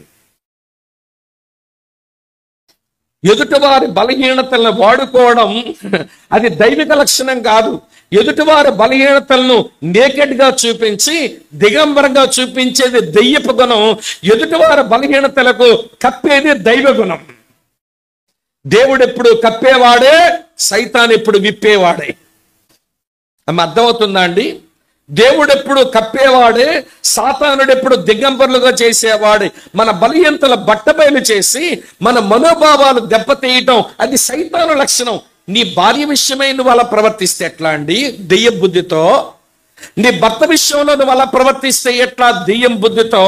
వీక్నెస్ బయట పెట్టుకుంటారేంటి? ఆ బలహీనతలు వాడుకుందామనుకుంటారేంటి? ఇది సరైన కుటుంబ జీవితం కాదు. పెద్ద ముళ్ళ తప్ప బలిసిపోయింది మీ ఇంట్లో. అమ్మా, వింటున్నారా లేదా? ఎన్నొచ్చాయి ఇప్పుడు మీకు? 4 వచ్చాయి. 5వ సంగతి చెప్తాను, వినండి. 5వ సంగతి ఏంటనంటే ఇది పెద్ద ముళ్ళ తప్ప అండి. ఈ ముళ్ళ తప్ప పేరేంటంటే పరాయి వాళ్ళుగా ఎంచుట. అదే కుటుంబంలో ఉంటాడు, అదే కుటుంబంలో పెరుగుతున్నాడు, కానీ పరాయి వాడికి ఎంచుతారు వాడిని. వాడు కూడా ఈ కుటుంబం నాది అన్నట్టుగా ఉండకుండా నేను పరాయి వాడిని అనుకుంటు. దీని ఇంగ్లీష్లో ఎన్స్ట్రేంజ్మెంట్ అంటారు. ఎన్స్ట్రేంజ్మెంట్. పరాయి వాళ్ళం అనుకుంటారు, పరాయి వాళ్ళకి ఎంచుకుంటారు. అంతెందుకండి, ఇంట్లో శుభకార్యం చేసుకుంటున్నావు, నీ కొడుకులందరినీ పిలిపించినావు. ఎస్ఐయా, ఓ ఎస్ఐ, నీ చిన్న కొడుకేడి? నీ చిన్న కొడుకేడి? నీ కొడుకులందరినీ పిలిపించావు. ఇక్కడ దహన బలి అర్పించే పనికి దైవజనుడు వచ్చాడు, మీ ఇంట్లో శుభకార్యం జరుగుతుంది, కొడుకులందరినీ పిలిపించినావు, నీ చిన్న కొడుకేడి? పెద్ద పట్టింపు లేడులేండి. అందుకని ఇంగ్లీష్లో ఏమంటారంటే David was an unrooted fellow in Jesse's family. Yessai కుటుంబంలో దావీదు లెక్కల్లో లేని మనిషి అంట. ఏంటమ్మ తమ్ముడు? లెక్కల్లో లేని మనిషి. కొంతమంది ఏమంటే వాళ్ళ కుటుంబ సభ్యుల్లో కొంతమందిని పెద్ద లెక్కల్లో లేనట్టుగా ఎంచుతారు. అది వాళ్ళ హృదయాన్ని బద్దలు చేస్తుంది. వాళ్ళు కూడా ఈ కుటుంబం నాది అనుకోలేరు, వీళ్ళంతా పరాయోళ్ళే అన్నట్టుగా చూస్తాడు. ఈ రోజున ఏ కుటుంబంలో అయితే ఎన్స్ట్రేంజ్మెంట్ అనేది ఉంటుందో, ఒకరినొకరు పరాయాలు ఎంచుకుంటారో, మనమంతా ఒకే రక్తం, మనదంతా ఒకే ఇంటి పేరు, మనమంతా ఒకే బంధంతో బ్రతకవలసిన వాళ్ళం అని ఆలోచన లేకుండా ఒకరినొకరు పరాయాలుగా చూసుకుంటారో, ఆ రోజున ప్రియమైన స్నేహితులారా ఆ ఇల్లు సంతోషంగా ఉండదు. ఈ మధ్య ఒక పాప ఏడుస్తుంటుంది. వచ్చేసింది భర్తను విడిచిపెట్టుకొని. 1 సంవత్సరానికి పిల్ల జీతం 20 lakhs అండి. ఒక పెద్ద సాఫ్ట్వేర్ కంపెనీలో 20 lakhs ప్యాకేజ్తో ఉద్యోగం చేసుకుంటుంది. భర్త కూడా చాలా డబ్బుతో ఉద్యోగం చేసుకుంటున్న వాడే. కానీ ఈ పిల్ల బాధతో ఎందుకు వచ్చేసింది కన్నవారింటిగానంటే, వాళ్ళ ఇంట్లో ఏది జరిగినా వాళ్ళమ్మ, వాళ్ళ అన్నయ్య, ఈ అబ్బాయి, వాళ్ళ నాన్న మాట్లాడుకుంటారట. ఈ పిల్లతో అస్సలు సంభాషించారంట. నన్ను ఆ ఇంట్లో పరాయిదానిగా చూస్తున్నారు, నేను వాళ్ళ కుటుంబ సభ్యురాలుగా వారు ఎంచడం లేదు, బతకలేకపోతున్నాను, నేను వచ్చేసాను అన్నయ్య అంటే కరెక్ట్ కాదమ్మా, సెట్ చేస్తామని చెప్పి అబ్బాయితో ఫోన్లో మాట్లాడి మా దగ్గర నుంచి సేవకుడిని జతగా ఇచ్చి మళ్ళీ ఆ ఊర్లో సేవకుడిని అడిగి ఇలాంటి పరిస్థితులు ఉన్నారు, కొంచెం మాట్లాడండి తమ్ముడు అంటే 2 సేవకులను పంపించి సుమారు 9 గంటలకు కూర్చున్నారటండి. 4 గంటల వరకు వాదించుకోవడం అయిపోయింది. ఐఐటిలో బాగా చదువుకొని వచ్చిన వాళ్ళు, ఇంజనీరింగ్ ఫీల్డ్లో చాలా ఉన్నతమైన విద్యలు, మాస్టర్ డిగ్రీలు చేసిన వాళ్ళు, సాఫ్ట్వేర్ కంపెనీలో ఖరీదైనటువంటి జీతాలు పొందుతున్నటువంటి, లక్షలు పొందుతున్న వాళ్ళు, ప్రియులారా వింటున్నారా, ఈ అమ్మాయిని ఇంటోళ్ళంతా పరాయుధంలా చూస్తున్నారని ఫీలింగ్లోకి పోయింది. వాళ్ళు కూడా ఈ అమ్మాయి మన ఇంట్లో సభ్యురాలు అన్నట్టు ఉండడం లేదని వాళ్ళు అనుకుంటున్నారు. ఎక్కడో గ్యాప్స్ వచ్చాయి. పగుళ్ళు వచ్చినప్పుడే పూడ్చకపోతే అందులో తేళ్ళు జర్లు వచ్చేస్తాయి. అవి వచ్చిన తర్వాత కన్నం కొంచెం పెద్దదవుతుంది, అడుగుతారు పెద్ద అగాధమే సృష్టించబడుతుంది. కాబట్టి ప్రియుల ముళ్ళ తుప్పలు అవి మొలిచే సమయం వచ్చినప్పుడు దాన్ని విరిచేయాలి. దాన్ని ఉంచుకుంటే ముళ్ళ తుప్పలు బలిసిపోతాయి. అర్థమైందమ్మా? ఏమన్నారు? ఎక్కడ ఉన్నారా మీరంతా? ఎన్ని ముళ్ళ తుప్పలు ఉన్నాయి ఇళ్లలో? మొదటి ముళ్ళ తుప్ప చెప్పండి, నిలిచి ఉన్న కోపం. రెండో ముళ్ళ తుప్ప అనారోగ్యకరమైన దాపరికం. 3వ ముళ్ళ తుప్ప పరస్పరం ఆ నమ్మకపోవడం. 4వ ముళ్ళ తుప్ప ఏటమ్మా ఒకరి బలహీనతగా వాడేసుకోవడం. 5వ ముళ్ళ తుప్ప ఆ పరాయి వాళ్ళకి. ఈ 5 ఏ ఇంట్లో ఉన్నాయో నీ కుటుంబ సారమంతా అలాగే ముళ్ళ తుప్పలు నీ ఇంట్లో బలిసిపోయి ఉన్నాయి. పీక్కుంటా ఉంచుకుంటావు, నువ్వు తెలుసుకో. పీకడం నీ వల్ల కాదు, దేవుని సహాయం కావాలి. దేవుని వాక్య వెలుగులో పరిశుద్ధాత్మ దేవుని సహాయంతో, సేవకుల యొక్క సహకారంతో ఈ ముళ్ళ తుప్పలని విరుచుకోకపోతే, అవి బలిసిపోతే నీ కుటుంబ సారం అంతా ఎగిరిపోతుంది.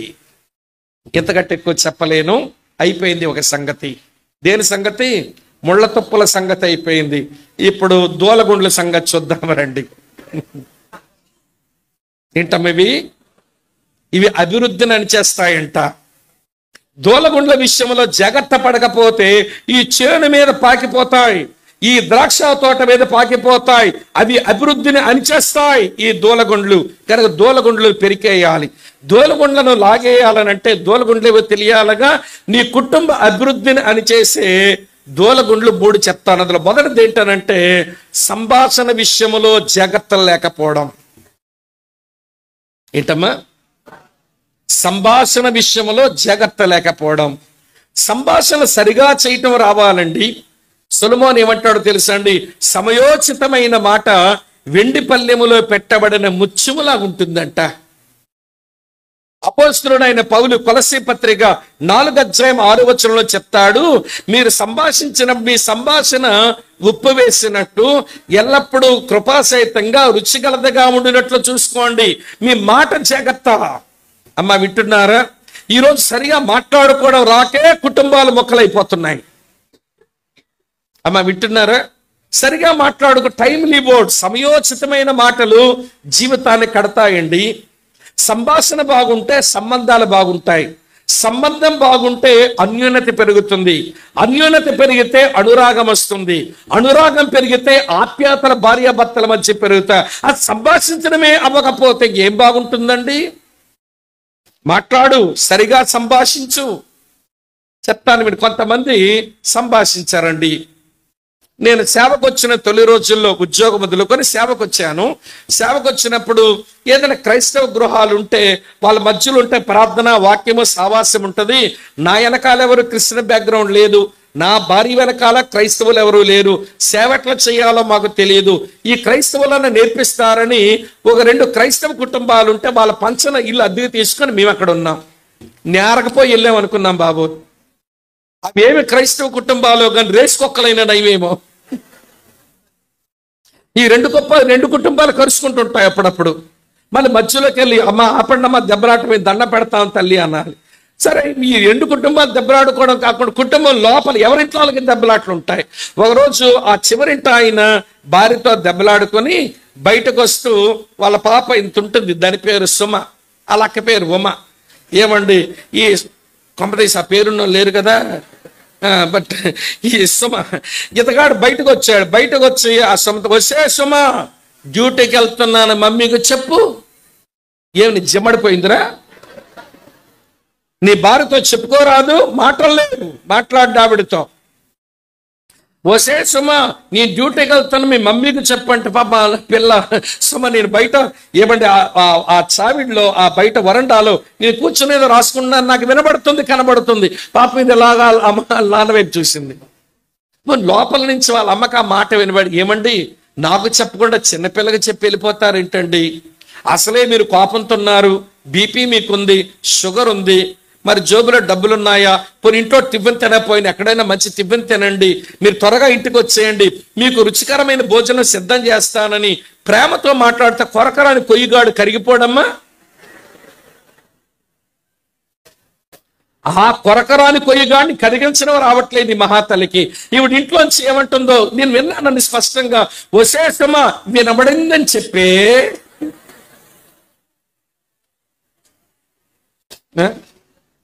పాప మా పిల్ల అలా అమ్మ వైపు చూస్తుంది ఇంట్లో.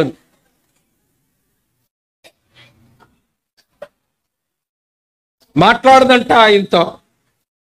నీవు నీ భర్తతో మాట్లాడకుండా గడిపిన రోజున నీ పసిపిల్లల హృదయం పగలగొడుతున్నావు నువ్వు తల్లిగా.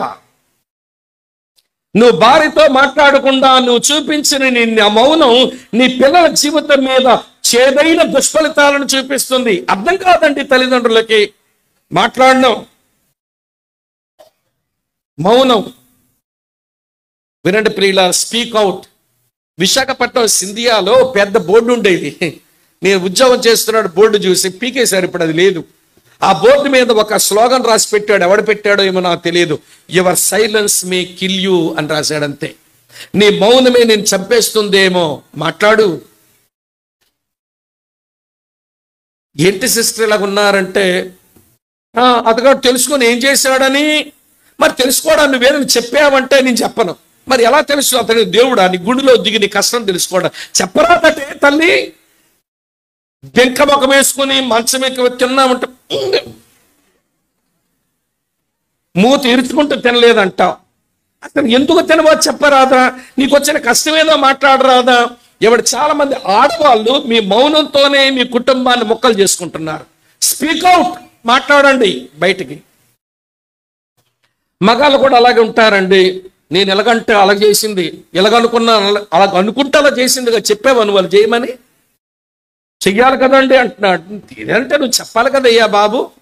కొంతమంది మగాళ్ళు కూడా అంతేనండి. ఏమండి, మనం పొలాల్లో పోతామి నల్లరాళ్ళు, నల్ల జలపరాలు అంటారు విజయనగరం జిల్లాలో. రాళ్ళు అంటుంటారు మగాళ్ళండి. ఈడు మాట్లాడు నల్ల జలపరాయి. ఆవిడ ఏం తెలుసుకొని నీకు సేవలు చేస్తుంది చెప్పు? మాట్లాడొచ్చుగా. దేవుడే బాగా వినండి, దేవుడే మనుషులతో సంబంధాలు పెట్టుకోవడానికి మాట్లాడాడండి. మాట్లాడా? ఆ సంబంధాన్ని సరిగా కాపాడుకోవడానికి ప్రతిరోజు మాట్లాడుతూనే ఉన్నాడా? మరి కుటుంబంగా నువ్వు మాట్లాడకపోతే ఎట్లా? ఈ రోజున చాలా కుటుంబాలలో కుటుంబ అభివృద్ధిని అణిచేసేది ఏంటనంటే సంభాషణలు లేకపోవడం. మాట్లాడుకోరింట్లో. ఈ మధ్య ఈ దరిద్రం ఇదొకటి వచ్చిందిగా మన చేతిలోనికి. ఏంటి ఎలాంటివి బాగా తెలుస్తాయి మీకు. ఆవిడ నిధి పట్టుకొని ఏదో చూసుకుంటది, ఈ నిధి పెట్టుకొని గేమ్లు ఆడుకుంటాడు, మాట్లాడుకునే టైం లేదు. ఒకరికొకరు టైంలు ఇచ్చుకోరండి. తల్లిదండ్రుల పిల్లలు కూడా టైంలు ఇయ్యరండి. ఒకసారి ఒక పాప వాళ్ళ నాన్న దగ్గరికి వచ్చిందంట. వింటారా మీరు? చెప్తాను, సమయం అయిపోయింది. ఒక పాప ఇవ్వండి నాన్న దగ్గరికి వచ్చి, డాడీ మీరు నెలంతా ఉద్యోగం చేస్తారు కదా, మీకు ఎంత జీతం ఇస్తారు అని అడిగిందట. ఆయన గర్వంగా 30,000 అన్నాడు ఆయన. ఈ పిల్ల అమ్మో మీకు 30,000 అందట. అని డాడీ రోజుకి ఎంత అవుతుంది అంది. చిన్నపిల్లగా దానికి తెలియదు.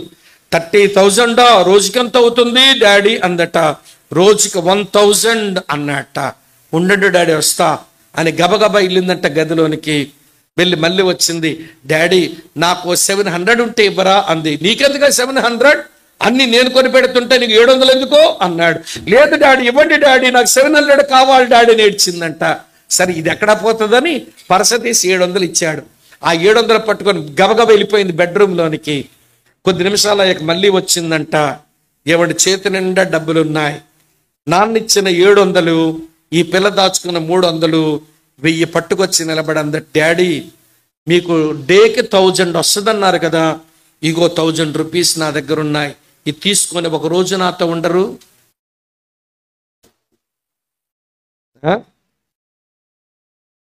ఈ 1000 తీసుకొని నాతో ఒక రోజు గడపరా మీరు? ఈ రోజున పిల్లలు మన సమయాలు కొనుక్కోవాల్సి వస్తుంది. పిల్లల కొరకు సమయం లేదు సంభాషించడానికి, భర్త కొరకు సమయం లేదు సంభాషించడానికి. ఈ మహాతల్లి భర్తతో మాట్లాడడానికి సమయం ఇవ్వదు, కానీ గోడ దగ్గరకు వచ్చి పిన్ని అంటుంది. పిన్నం వచ్చింది, దిక్కుమాలి పిన్నమ్మ. దాంతో ముచ్చట్లు పెట్టుద్ది. ఆ పిన్నం వెళ్ళిపోయిన తర్వాత ఇంటి ముందుకు వచ్చి వదినే అంటుంది. ఆ వదిన రాక్షసు వచ్చుద్ది. ఆ వదినతో ఒక 20 నిమిషాలు చంపుద్ది. నీకు ఊరందరితో మాట్లాడే టైం ఉంది, కానీ నీ కట్టుకున్నవాడితో మాట్లాడడానికి టైం ఇవ్వవే. నీ కడుపున పుట్టిన కూతురుతో మాట్లాడడానికి టైం ఇవ్వవెందుకు? నీ భార్యతో మాట్లాడడానికి సమయం ఎందుకు ఇవ్వవు? నీ కూతురుతో మాట్లాడే టైం ఎందుకు ఇవ్వవు? సమయాలు ఇవ్వలేనోళ్ళు సంభాషణలు చేయలేరండి. సంభాషణలు చేయనోళ్ళు సంబంధాలు గట్టిపరచుకోలేరండి. ఈరోజు కుటుంబాల్లో కనబడు దరిద్రం ఇదే. క్రిస్టియన్ ఫ్యామిలీస్లోనే వీళ్ళకి మాట్లాడుకోవడమే రావడం లేదు. మాట్లాడుకోవడానికి వీళ్ళకి సమయం లేదు. ఇంతకంటే ఎక్కువ చెప్పలేను. సమయం ఎవడి సంభాషణ విషయంలో జాగ్రత్త లేకపోవడమే దూలగుండ్లు కమ్మేయటం. రెండో సంగతి చెప్తాను వినండి. రెండో సంగతి ఏంటనంటే సంపదల విషయమై జాగ్రత్త. ఏంటమ్మా? మాట విషయంలో జాగ్రత్త చెప్పాను, అదే సంభాషణ విషయంలో జాగ్రత్త. సంపదల విషయంలో జాగ్రత్త చెప్తాను, ఇది మూట విషయంలో జాగ్రత్త. ఇదేంటిది? మూట, సంపద. ఎక్కువ కుటుంబాలు ముక్కలవ్వడానికి గల కారణం ఏంటనంటే డబ్బు విషయంలో వీళ్ళకి జాగ్రత్త లేక. బాగా చెప్తాను వినండి అక్కా చెల్లి.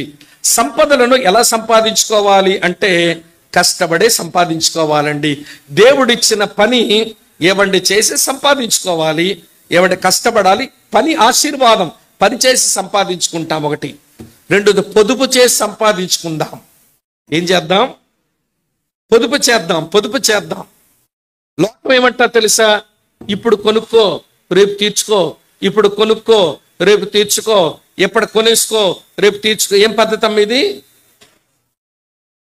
తెలియనట్టు కూర్చున్నారేంటి? ఏంటమ్మా? ఇన్స్టాల్మెంట్ అండి. ఎప్పుడు కొనుక్కో రేపుడు తీర్చుకో, ఎప్పుడు కొనుక్కో లోపల రేపుడు తీర్చుకో. ఇది లోకం మన ముందు అరుస్తున్న అరుపులు. దేవుడు అరుస్తున్న అరుపులు ఏంటో తెలుసా? ఎప్పటికి పొదుపు చేయి రేపు కొందువు గాని, ఎప్పటికి పొదుపు చేయి రేపు కొందువు గాని, ఎప్పటికి పొదుపు చేయి రేపు కొందువు గాని.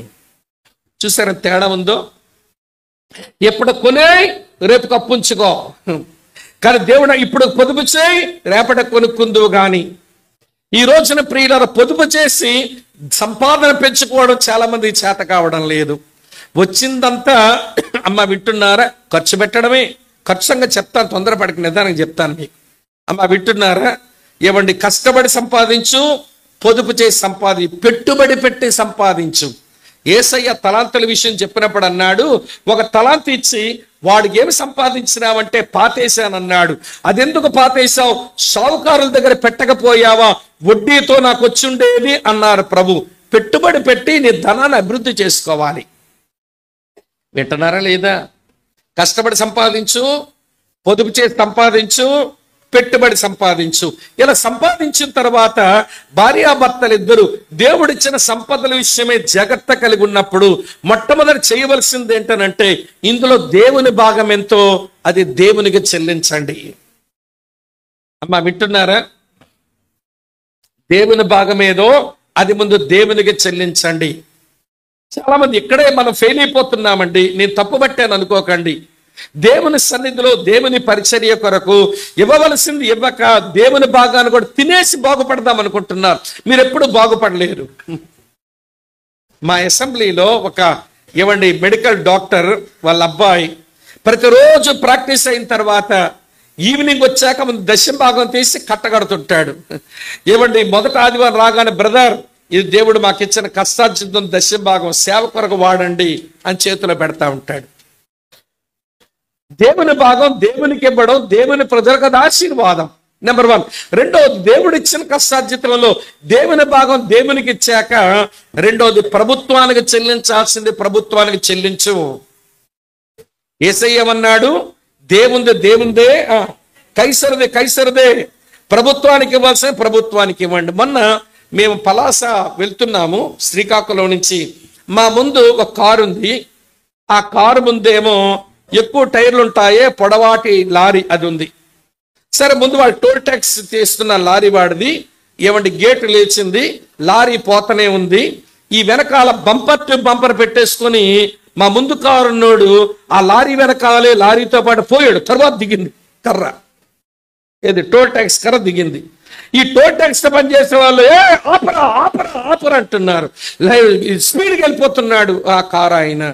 ఇంతకీ కారు వెనకాల ఏమి రాసిందో నేను చదివి డ్రైవ్ చేస్తున్నాను. కారు మీద ఏమి రాసిందో తెలుసండి? యేసుక్రీస్తు అందరికీ ప్రభు. ఎవడండి టోల్ ట్యాక్స్ ఎగ్గొట్టిపోతున్నాడు? మన బ్రదరే. 130 రూపాయలతో మేడ కడతావా, మిద్ది కడతావండి? 130 రూపాయలు టోల్ ట్యాక్స్ వసూలు కట్టకుండా పోతున్నాడు. ఎంత దొంగండి వీడు. దేవుడిచ్చిన ధనం విషయంలో అపనమ్మకస్తులం కావద్దు. దేవునికి, మనుషులకి అయిపోయిన తర్వాత ఇప్పుడు మిగిలిన నీ కుటుంబానికి ఉంచుకొని చెప్తాను వినండి చాలా జాగ్రత్తగా. నువ్వు చాలా జాగ్రత్తగా ఖర్చు పెట్టాలి. ఇప్పుడు ఒక ప్రశ్న అడుగుతాను, జవాబు చెప్పండి. మనుషులం అన్నాక మనకు అవసరాలు ఉంటాయి, మనకు అనవసరాలు ఉంటాయి, మనకు అత్యవసరాలు ఉంటాయి. దేనికి మన డబ్బులు ముందు ఖర్చు పెడదామని చెప్పండి. మళ్ళీ చెప్తున్నాను, మనుషులమైన మనకు అవసరాలు ఉంటాయి, అనవసరాలు ఉంటాయి, అత్యవసరాలు ఉంటాయి. దేని ఖర్చు పెడదాం ముందు మన డబ్బు? సరే, అత్యవసరాలకు అన్నారు కదా, వినండి అక్కడే. ఎందుకమ్మా అది అత్యవసరమైంది? అత్యవసరం ఎందుకు అయింది? అవసరమైనప్పుడు నువ్వు ఎటెండ్ పోలా. అవసరమైనప్పుడు నువ్వు ఖర్చు పెట్టుంటే 500తో పోను. ఇప్పుడు అత్యవసరమై కూర్చున్నాక 50,000 అయింది. ఇప్పుడు దానికి అవసరమైనప్పుడు నువ్వు ఖర్చు పెడితే 500తో పోను ఈ సమస్య. అది అత్యవసరమయ్యే వరకు ఆగేవో అది 1,000 రూపాయలు వెళ్ళిపోయింది సమస్య. ముందు అటెండ్ అవ్వాల్సింది అవసరాలకి, అత్యవసరం కాదు. అవసరాలకి అటెండ్ అయితే అత్యవసరాలు ఉండవు. వింటున్నారు లేదా?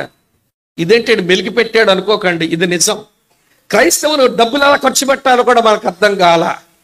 అవసరాలకి ఖర్చు పెట్టాం, అత్యవసరాలు అనుకుని కూర్చుంటాం. ఈ అవసరాలన్నీ అత్యవసరాలకు వచ్చేస్తే ఎక్కువ డబ్బు ఖర్చు పెట్టవలసి వస్తుంది. ఈ రెండు కాకుండా కొంతమంది అనవసరాలు ఖర్చు పెడుతుంటారు. ఏంటమ్మా, వింటున్నారా లేదా? కొంతమంది అక్కలు ఉంటారు, దానికి దండం పెడతాను ఏమనుకోకండి అమ్మా.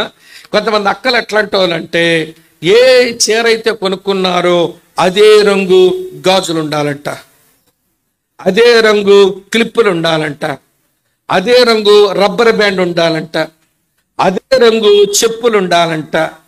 అమ్మా వింటున్నారా? ఈ అన్నిటికీ నీ చేరకొండమే పెద్దకు అనుకుంటే మళ్ళీ నీ మ్యాచింగ్లు వాళ్ళకి ఎంత డబ్బులు ఖర్చు పెట్టాలో. తెచ్చినోడు గట్టిగుంటే తిన్నోడు పని తిపారం అని అంటారు విజయనగరం జిల్లాలో. తెచ్చినోడు గట్టిగుంటే తిన్నోడు పని తిపారం అని ఎట్లయినా ఖర్చు పెడతావు. మా సిస్టర్ గారు మీకు ఒక విషయం చెప్పనా, దేవునికి వేస్టేజ్ ఇష్టం ఉండదు. 5 రొట్టెలు 2 చేపలు 5,000 మందికి పంచివ్వగలిగిన వాడు ఏమి నష్టం చేయకుండా మిగిలిన మొక్కలు పోగేయండి, వేస్ట్ చేయొద్దు అన్నాడు ఆయన. మరి నువ్వు అలా వేస్ట్ చేస్తున్నావు ఇంటి డబ్బులు. చీర కొంటివి, దానికి మ్యాచింగ్ గాజులు, మ్యాచింగ్ క్లిప్పులు, మ్యాచింగ్ ఇవ్వండి బ్యాండులు, మ్యాచింగ్ చెప్పులు, ఇవన్నీ లేకపోతే పీక తీస్తాడా ఎవడైనా నిన్ను? ఒక సమస్య అండి, ఒక ఆయన యూనివర్సిటీలో ప్రొఫెసర్, అతని భార్య మధ్య గొడవ వస్తేను ఈ ప్రాక్టికల్ తెలుసుకోవాలి చెప్తున్నాను.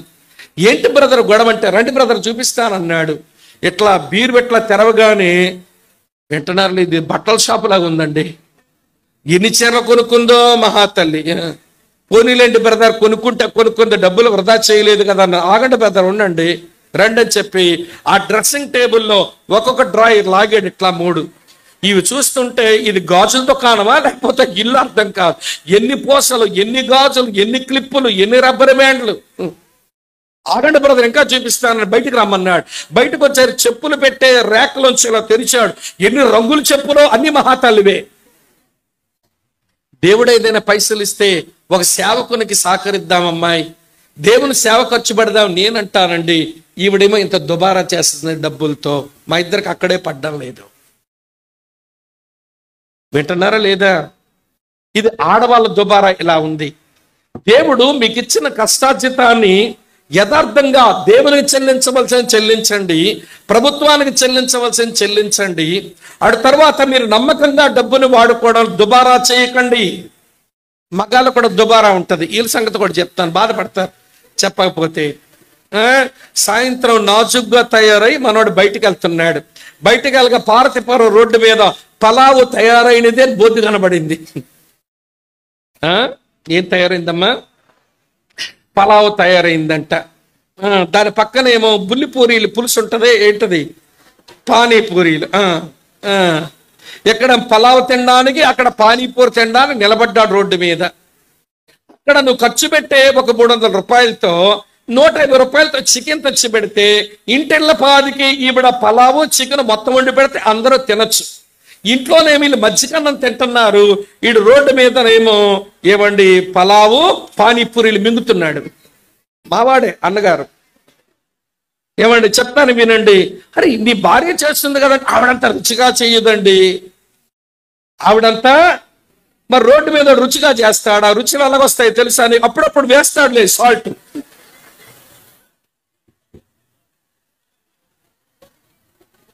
అప్పుడు టేస్టింగ్ సాల్ట్ వేస్తుంటాడుగా. ఆడు వండుతూనే చెమటలు వేస్తుంటాడు. నీకు అది ఎంత రుచిగా ఉంటుందో. భార్య నీట్గా వండితే నచ్చలేదంట మన వాడికి.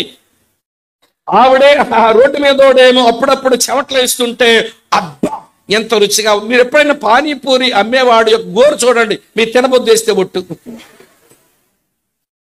ఆ బుల్లిపూరిని ఇట్లా నొక్కి దాంట్లో బంగాళదుంప కూర కుక్కి ఎవరి చింతపండు పులుసుతో ముంచి నీకు పెడుతుంటే అంత తింటుంటావు.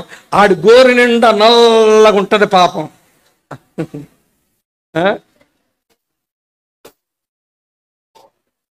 ఇంట్లో భార్య చేసే పూరి బంగాళదుంప కూరతో తినరంటే ఇక్కడ తిండు, రుచిగా ఉండదంట. అక్కడ ఎంత రుచిగా ఉంటుందో అక్కడ పోయి తింటాడు. నువ్వు ఎంత దుర్వినియోగం చేస్తున్నావో తెలుసా? రోడ్డు మీద తినడం నేను తప్పని చెప్పడం లేదు, ఆ వ్యాపారాలు చేసే వాళ్ళు తప్పుపడడం లేదు. కానీ వినండి ప్రియులారా, జ్ఞానము లేక దేవుడిచ్చే పైసలను దుబారా చేయటం అది మనకు అలవాటైపోయింది. ఇక డబ్బులు అయిపోయినా ఇక మొదలు పెట్టిందంటే కొంచెం అప్పుకుపోవటం, మళ్ళీ అప్పు తెచ్చడం, మళ్ళీ అప్పుకుపోవటం, అప్పు తెచ్చడం, అప్పుకుపోవటం. వినండి ప్రియులారా, దేవుడిచ్చిన సంపదల విషయం యథార్థత ఉంటే దేవునికి, ప్రభుత్వానికి ఇచ్చి మిగిలిన డబ్బులు నమ్మకంగా వాడుకునేటప్పుడు దుబారా చేయకుండా, నష్టపరచకుండా నీ పిల్లల భవిష్యత్తు కొరకు, వాళ్ళ చదువుల కొరకు, దేవుని మహిమ కొరకు దాన్ని జాగ్రత్తగా వాడుకోవాలి. ఈ విషయంలో జాగ్రత్తలు పడకపోతే దూలగుండు చెట్టు నిన్ను కమ్ముతుందన్నమాట, నీ అభివృద్ధిని ఆపేస్తుంది. అర్థమైందమ్మా? సంభాషణ విషయంలో సరిగా లేకపోయినా, చెప్పండి, సంపదల విషయంలో జాగ్రత్త లేకపోయినా ఏమండి నీ కుటుంబం అభివృద్ధి అణిచివేయబడతా ఉంది. చాలా కుటుంబాలు అలాగున్నాయి. మరి ఇక్కడ కూర్చున్న కుటుంబాల గురించి ఏం ఆలోచిస్తున్నారో మీ గురించి మీరు నాకు తెలియటం లేదు, మీరే పరీక్షించుకోవాలి. మూడో సంగతి చెప్తాను, వినండి. ఏమండి సంభాషణ చెప్పాను, సంపదలు చెప్పాను, సంసారం జాగ్రత్త. ఈరోజు ఎక్కువ కుటుంబాలు ఎక్కడ కూడా మొక్కలైపోతున్నాయి. మాట విషయంలో బాగుండరు, మోట విషయంలో బాగుండరు, సంభాషణ విషయంలో బాగులేరు, సంపదల విషయంలో బాగులేరు. ఇప్పుడు మూడో మాట సంసారం అంటే మంచం విషయంలో జాగ్రత్త. ఏంటమ్మా? మంచం విషయంలో జాగ్రత్త. వివాహం అన్ని విషయంలో ఘనమైనది. హెబ్రీ 13:4 ప్రకారం వివాహం అన్ని విషయంలో ఘనమైనది. పాన్పు ఏంటట? నిష్కలంకమైనది, అది పవిత్రమైనది పాన్పు మంచం. ఆ పాన్పు మీద, మంచం మీద మీ శరీరం, మీ మనసు, మీ హృదయాలు కలుపుకొని మీరు దాంపత్యం చేస్తే మీ పోలికలో మరో బిడ్డకు జన్మనిచ్చే చోటది. దేవుని పోలికలో, దేవుని స్వరూపములో ఒక పిల్లాడిని, ఒక పిల్లదాన్ని కనేటువంటి స్థలం అది. అది దేవుని దృష్టిలో చాలా పవిత్రమైనది. పాన్పును సంసారంలో పవిత్రంగా ఉంచుకోవాలి. అక్కడ మీరిద్దరు ఉన్నప్పుడు మీరు మాట్లాడుకునే మాటలు ఒకరు అభినందించుకోవాలి. ఒకరి మీద ఒకరు ఆకర్షణ వచ్చేలాగా ఆ పాన్పు మీదకి రావాలి. మరి ఏంటో కొంతమంది మొన్న గొడవ వస్తే ఆ గొడవలు ఇదే గోల. ఏంటనంటే ఈమె ఆ బెడ్ మీదకి రాగానే ఏమండి తెల్లారితే గ్యాస్ బండ లేదు అంటుందట. ఆ పరుపు మీద నీ గ్యాస్ బండ గోలంటే బండమొహందానా? అక్కడ మాట్లాడవలసిన మాట అయిన గ్యాస్ బండ సంగతి ఎందుకు?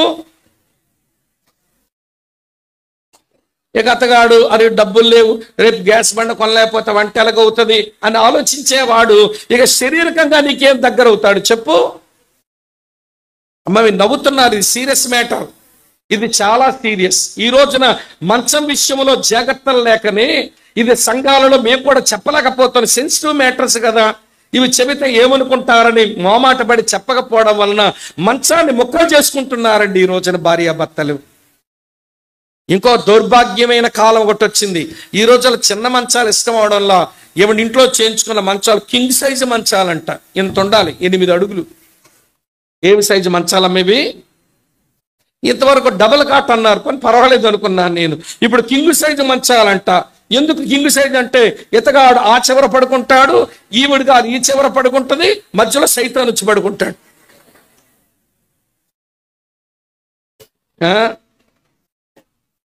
మంచం ఇరుగ్గా ఉంటేనే మంచిది. ఆ పాత రోజుల్లో పెద్దాళ్ళు వారి సంసార జీవితంలో ఎంత సంతోషంగా వారి జీవితం జీవించారండి. ఈ రోజున కుర్రగాళ్ళు, ఈ తరం వాళ్ళు ఏమైనా మంచం విషయంలో ముక్కలైపోతున్నారండి.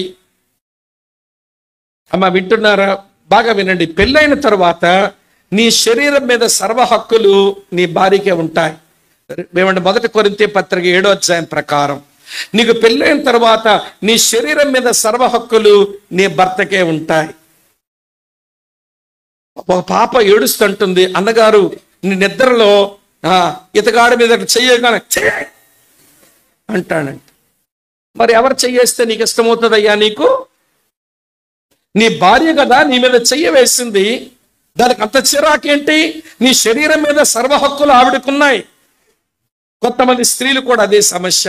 పెరిమిటి చెయ్యి వేస్తే విరుగు చేస్తారన్నమాట. చైతి మంచం ముక్కలవుతుంది, జాగ్రత్త. సంసారం ముక్కలవుతున్నాయి, జాగ్రత్త. ఈ దూలగుండు చెట్లు అణిచేస్తున్నాయి మన కుటుంబ అభివృద్ధిని. ముగించేస్తున్నాను, ఎక్కువ చెప్పలేను. ఎన్నొచ్చాయి దూలగుండు చెట్లు? ఎన్ని వచ్చాయమ్మా? ఏంటా 3? సంభాషణ, సంపద, సంసారం.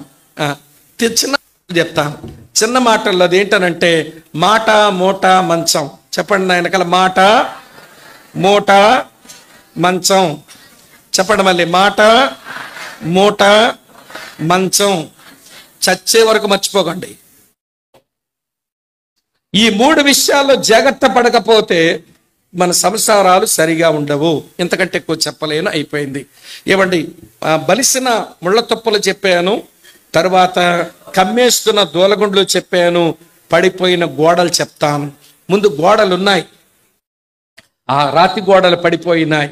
మీరు సంఖ్యాకాండం 9వ అధ్యాయానికి రండి.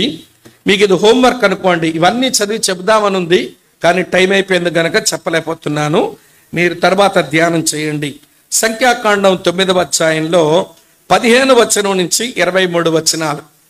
సంఖ్యాకాండం 9వ అధ్యాయం 15 వచనం నుంచి 23 వచనం వరకు వినండి చాలా జాగ్రత్త. మోషే సీనాయి పర్వతం నుంచి పదండి యాత్ర మొదలు పెడదాం.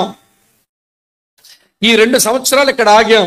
దేవుడు మనకు ధర్మశాస్త్రం ఇచ్చాడు, దేవుడు మనకు ప్రత్యక్ష గుడారం ఇచ్చాడు.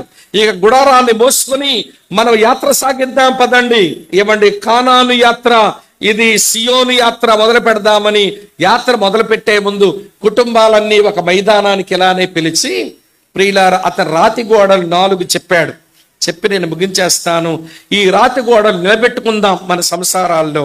సరే, ఆ రాతి గోడలు ఏంటనంటే 15 వచనం నుంచి 23 వచనం వరకు మేఘము అనే మాట చాలాసార్లు వస్తుంది.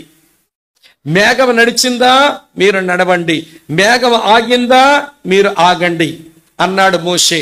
ఆ రోజున వాళ్ళకి మేఘము నడిపింపులో మీరు కుటుంబాలుగా ప్రయాణం చేయండి. ఈ రోజున మనకు మేఘం కాదు, పరిశుద్ధాత్మ దేవుని నడిపింపులో మన కుటుంబ యాత్ర మనం చెయ్యాలి. ఎవడి పరిశుద్ధాత్మ దేవుని నడిపింపుతో మనకు వివేచన వస్తుంది, మంచి డిజర్నింగ్ వస్తుంది. అది ఒక పెద్ద రాతి గోడ, దాన్ని నిలబెట్టుకోండి. అమ్మా, ఏంటమ్మా ఇది?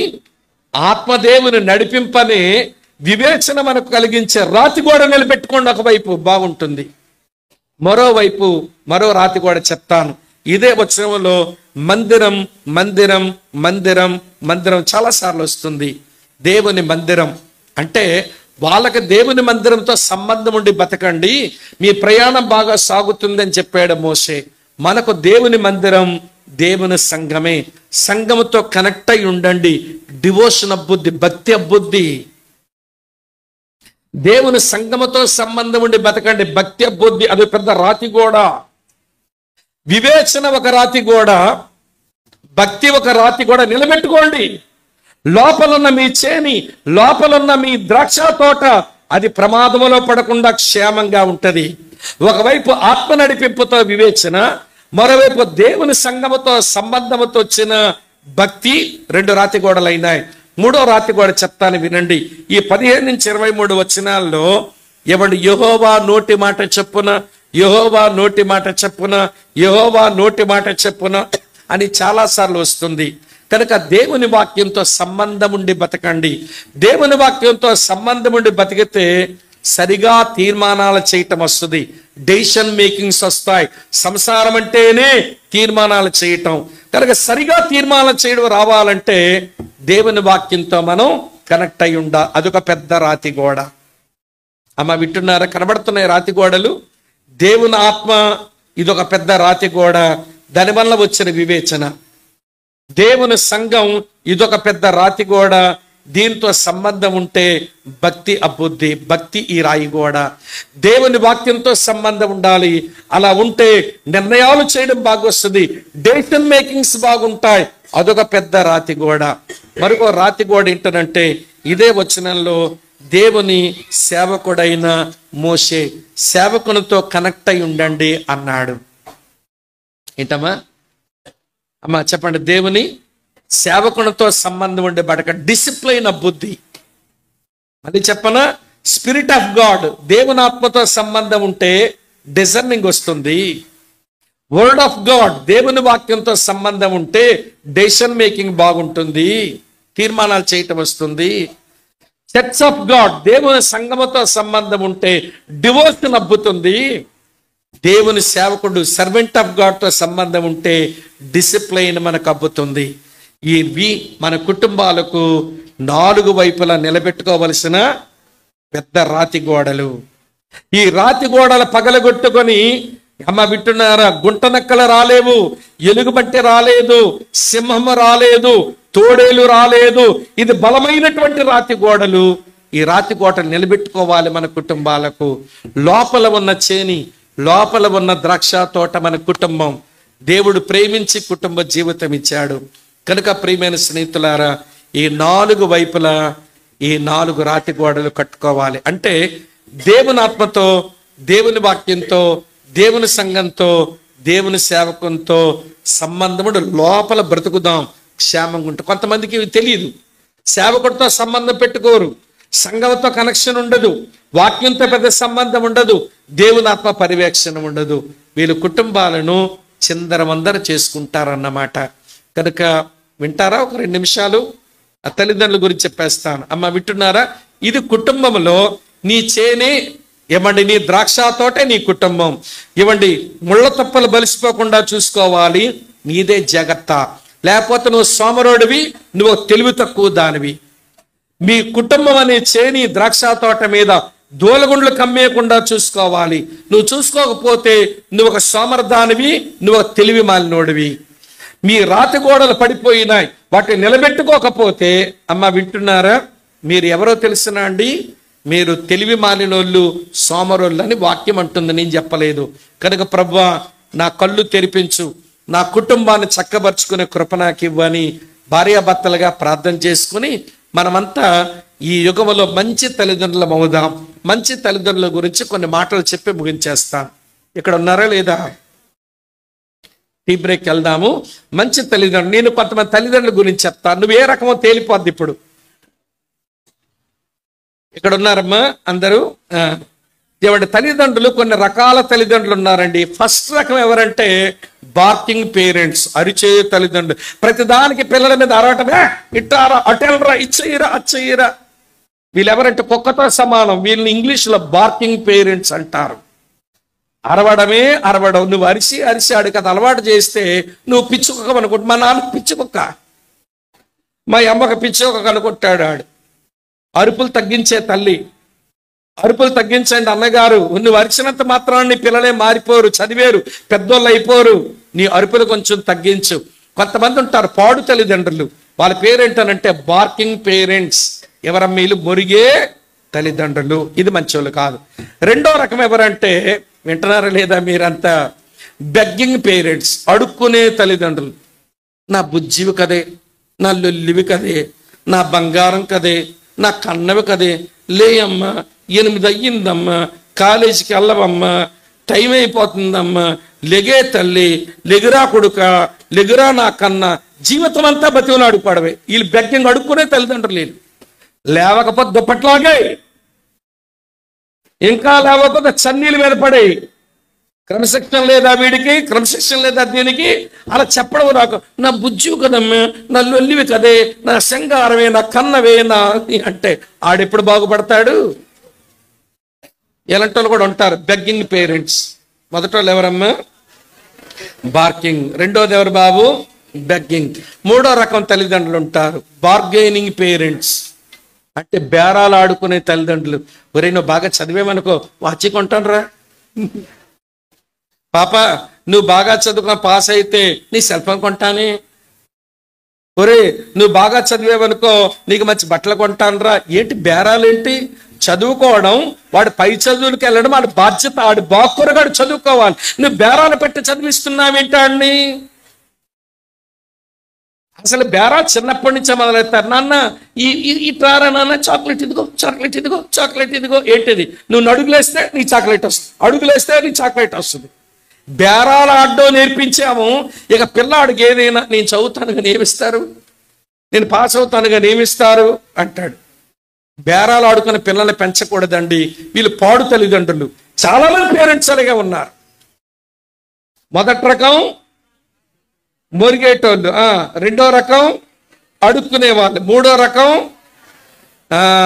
బార్గెన్, నాలుగో రకం ఏంటనంటే, అర్థమవుతుందని చెప్పింది. నాలుగో రకం తల్లిదండ్రులు ఎవరంటే బోస్టింగ్ పేరెంట్స్, పొగిడే తల్లిదండ్రులు. వీళ్ళు భలే పొగడేస్తుంటారు. మా అబ్బాయికి అండి ఎన్ని వాక్యాలు వచ్చో, 23 కీర్తన అంత చెప్పేస్తాడండి, ఎన్ని పాటలు వచ్చో. నీ పిల్లల్ని పొగుడుకుంటే రహస్యంగా పొగుడుకో. అందరి ముందు దండించు, రహస్యంగా పొగుడుకో. పిల్లలు బాగుపడతారు. అందరి ముందు నా పిల్లాడికి అన్నొచ్చు, నా పిల్లాడికి ఇదొచ్చు, నువ్వు పాట పాడేస్తాడు, వాక్యాలు చెప్పారు, కణితోక్కలు చెప్పిన ఆయన. అరే సోమక్కులు వింటారంటారా? 23 కీర్తన చెప్పురా కొడుక అంటాల అమ్మ. ఆడు నత్తిపకొడిగాడు, నా కాపీ నాకు ఏం కలిగితే పంచగలితాట అంటాడు ఆడు. ఆవిడ భుజాలు గజ్జాలు అయిపోతున్నాయి. నా కొడుకు వాక్యం చెప్పి నాకు ఒళ్ళు మండిపోతుంది.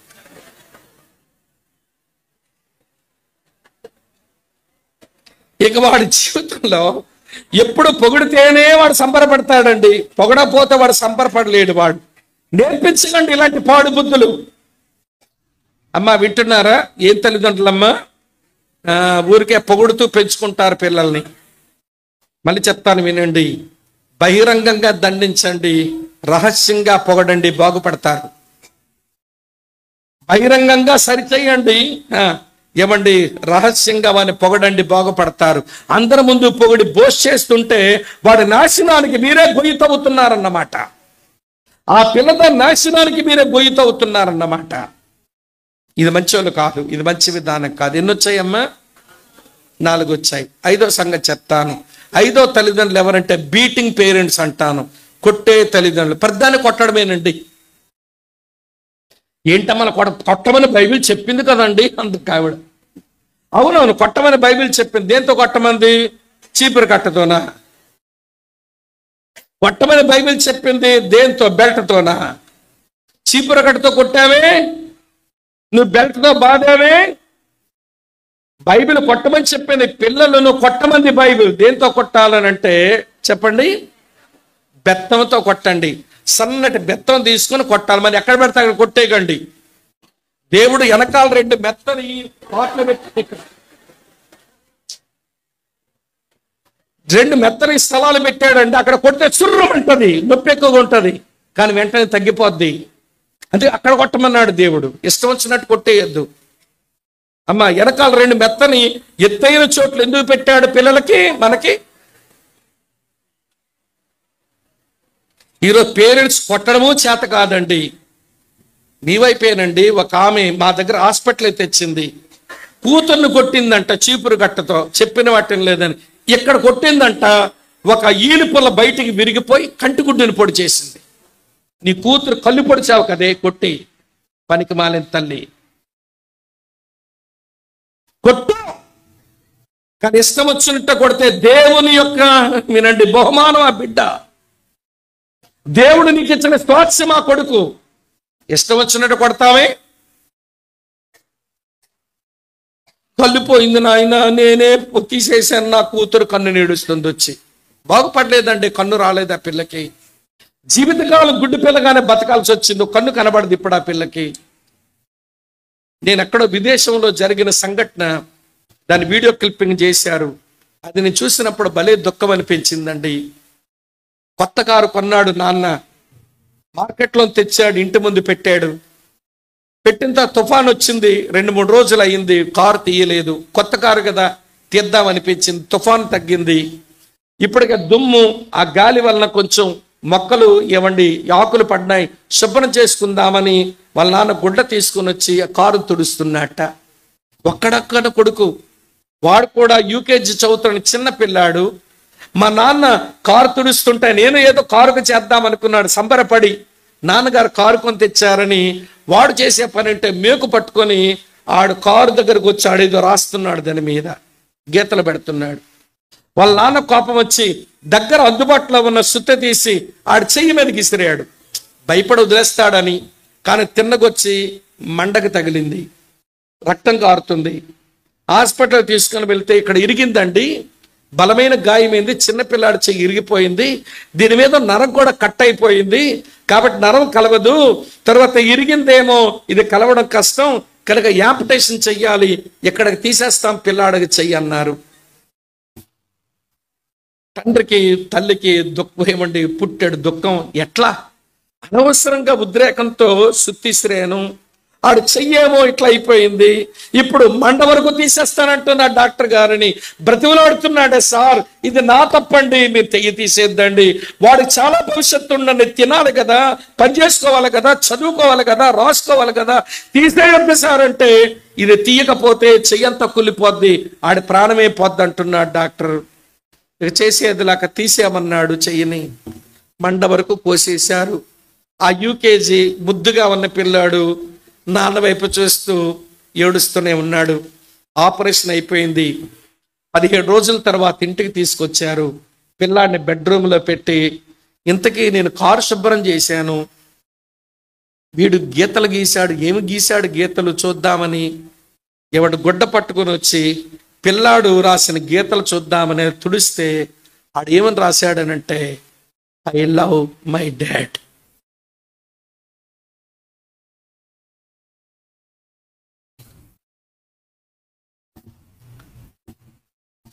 నేను మా నాన్నను ప్రేమిస్తున్నానని రాసుకున్నాడు. నన్ను ప్రేమించిన కొత్త కారు తెచ్చాడు మా డాడీ అని, ఐ లవ్ మై డాడ్ అని రాసుకున్నాడు. వాడు ప్రేమను వ్యక్తపరిచాడు. నువ్వేమో వాడు చెయ్యిరి చేశావు, జీవితకాలం చేయలేకుండా చేసేసావు వాడికి.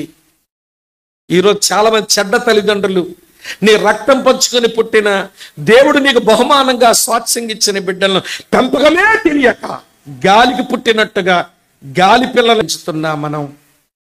నేను గట్టిగా చెప్పానని బాధపడి, ఏ రకం తల్లివి నువ్వు, ఏ రకం తండ్రివి? అరవడమే వచ్చు, అంతకంటే ఏమొచ్చు నీకు? బేరాలు ఆడుకోవడం వచ్చు, అంతకంటే నీకేమొచ్చు? అడుక్కోవడమే వచ్చు, ఇంతకంటే నీకేమొచ్చు? పొగడమే వచ్చు, ఇంతకంటే నీకేమొచ్చు? కొట్టడమే వచ్చు, ఇంతకంటే ఏమొచ్చు? నేను పిల్లల పక్షపాతం అనుకోకండి, పిల్లల తప్పులు ఎలా దండించాలో అది కూడా చెప్పగలను. కానీ ఇక్కడ కూర్చున్న మనమంతా మన చేనును, మన ద్రాక్ష తోటను కాపాడుకుంటూ దేవుడు మనకిచ్చిన పిల్లలను సరిగా పెంచుదాం. ఇవ్వండి, విలాపవాక్యాలు 2వ అధ్యాయం 18-19 వచనాలు అంటాడు, రాత్రి రేయి మొదట జామును లేచి నీ పసిపిల్లల ప్రాణం కొరకు ఏం చేయాలటమ్మా? దేవుని సందులో కన్నీరు కాచు. ఒక విషయం చెప్పి ముగిస్తాను. నీ పిల్లలు పసిపిల్లలకు ఉన్నప్పుడు ఏడిస్తే దేవుని దగ్గర వాళ్ళు పెద్దయ్యాక నువ్వు ఏడక్కర్లేదు. నీ పిల్లలు పసిపిల్లలకు ఉన్నప్పుడు నీకు ఏడవటం వస్తే వాళ్ళు పెద్దయిన తర్వాత వాళ్ళ కొరకు ఏడాల్సిన పని మనకు ఉండదు. కానీ వాళ్ళ పసిపిల్లలకు ఉన్నప్పుడు ఏడవకపోతే పెద్దయ్యాక వాళ్ళు నిన్ను ఏడిపిస్తారు. ఈరోజు చాలా మంది తల్లిదండ్రులు ఏడుస్తున్నారండి పిల్లల్ని బట్టి. ఎందుకంటే పిల్లలకు ఉన్నప్పుడు ఏడవలా, ఇప్పుడు వాళ్ళు పెద్దలు ఏడిపించేస్తున్నారు. కుమిలిపోతున్నారు కొంతమంది తల్లిదండ్రులు. ఎవరికి చెప్పుకుంటాం ఈ బాధలు, ఎక్కడ నేర్చుకుంటాం విషయాలు అని కుమిలిపోతున్నారు. ప్రభు ప్రేమించి మనతో ఈ సాయంత్రం మాట్లాడుతుండగా, నువ్వు ఎటువంటి తండ్రివి, నువ్వు ఎటువంటి తల్లివి, నీ పెంపకం ఏంటి, నీ కుటుంబాన్ని కాపాడుకోవడానికి నీకున్న శ్రద్ధ ఏంటి? దూలగుండ్లు పాకేస్తున్నాయి చూసుకుంటున్నావా? ముళ్ళ పొదలు బలిసిపోతున్నాయి చూసుకుంటున్నావా? రాతి గోడలు లేకుండా అయిపోయావు చూసుకుంటున్నావా? లేపు రాతి గోడల్ని మళ్ళీ తిరిగి కట్టు. దేవుని ఆత్మతో, దేవుని వాక్యంతో, దేవుని సంఘంతో, దేవుని సేవకునితో 4 గోడల మధ్యలో ఉంచుకో నీ కుటుంబాన్ని. దూలగుండ్లు మొలిస్తే విరిచాయి ఆరంభంలోనే, అవి బలిసిపోకుండా నీ కుటుంబ సారాన్ని లాగేకుండా చూసుకో. ప్రభు మనందరితో మాట్లాడుతున్నాడు. నేను ఒక కుటుంబానికి తండ్రిని, యజమానిని. దేవుడు నాతో కూడా మాట్లాడుతుండగా, ప్రభువా మా కుటుంబాలను బాగు చేయవా? మాకు కనబడుతున్నాయి మా దూలగుండ్లు ఏంటో, మాకు కనబడిపోతున్నాయి మా బలిసిన చెట్లు ముళ్ళ పొదలేంటో, మాకు కనబడిపోతున్నాయి రాతి గోడలు ఎట్లా పడిపోయినాయో. మా పిల్లల పెంపకంలో మేమెంత పాడైపోయామో మాకు తెలుసు. మేము బ్లెస్సెడ్ పేరెంట్స్గా ఉండాలి, మేము ధన్యకరమైన తల్లిదండ్రులకు ఉండాలి. మిగిలిన 5 రకాల తల్లిదండ్రులు ఒక్కలు మంచోళ్ళు కాదండి. నేను 5 సంగతి చెప్పేశాను మీకు. నువ్వు ఎలా ఉంటాననుకుంటావు అది నీ ఇష్టం. సుమారు 1:25 నిమిషాల పైగా విన్నారు. తల్ల వంచండి, కళ్ళు మూసుకోండి. నీ కుటుంబం నీ చేని, నీ కుటుంబం నీ ద్రాక్ష తోట. మోకరించండి, మోకరించండి, మోకరించండి. ఒకసారి దేవుడు ప్రేమించి నీకు ఇచ్చిన నీ భార్య, మీ ఇద్దరికి పుట్టిన మీ పిల్లలు జ్ఞాపకం తెచ్చుకోండి. మీ చేను ఎలా పాడైపోతుందో తెలుసుకోండి. మన ద్రాక్ష తోట ఎలా పాడైపోతుందో కొంచెం కళ్ళు తెరవండి. మించిపోయింది లేదు. ప్రభువు మంచివాడు. ఆయన మన కుటుంబాలను బాగు చేయడానికే మనతో మాట్లాడుతున్నాడు. ప్రార్థన చేసుకుందామా? ఎవరికి వారు భారంతో ప్రార్థన చేయండి. నీ కుటుంబం గురించి నువ్వు ప్రార్థన చేసుకో. ఎవరి కుటుంబాల గురించి వాళ్ళే ప్రార్థన చేసుకునండి. మేము ప్రార్థన చేస్తే సభ ముగింపు అవుతుంది, అది సభా మర్యాద. కానీ మీరు ప్రార్థన చేసుకుంటే దేవుడు మీతో పని చేయడం మొదలు పెడతాడు, అది మీకు ఆశీర్వాదం. నువ్వు చేసుకో బాబు నీ కుటుంబాన్ని గురించి, నువ్వు ప్రార్థన చేసుకో సహోదరి నీ కుటుంబాన్ని గురించి. ఎవరు పరధ్యానంతో ఉండద్దు. ఇది చాలా ప్రశస్తమైన సమయం, ఇది చాలా గంభీరమైన సమయం. ప్రభు ఆత్మ మన మధ్య సంచరిస్తూ ఉండగా, దేవా, మా చేను చుట్టూ ఉండవలసిన గోడలు నేనే పడగొట్టుకున్నాను. నా ద్రాక్ష తోట చుట్టూ ఉండే గోడలు నేనే పడగొట్టుకున్నాను. సంగముతో తెగదెంపులు చేసుకుని, సేవకునితో తెగదెంపులు చేసుకుని, వాక్యముతో సరైన సఖ్యత లేక, నీ ఆత్మతో సరైన సావాసము లేక 4 గోడలు పడిపోయినాయి నాయన. ఇగో భయంకరంగా వచ్చేస్తున్నాయి, గుంటనక్కలు వచ్చేస్తున్నాయి, నా ద్రాక్ష తోటలు అయ్యో నక్కలు వచ్చేస్తున్నాయి, నా యొక్క చేనును చేస్తున్నాయి. దేవా, కనికరించి నన్ను ముందు బాగు చేయండి. ప్రార్థన చేసుకోండి, ఎవరు వారు ప్రార్థన చేసుకోండి. వారా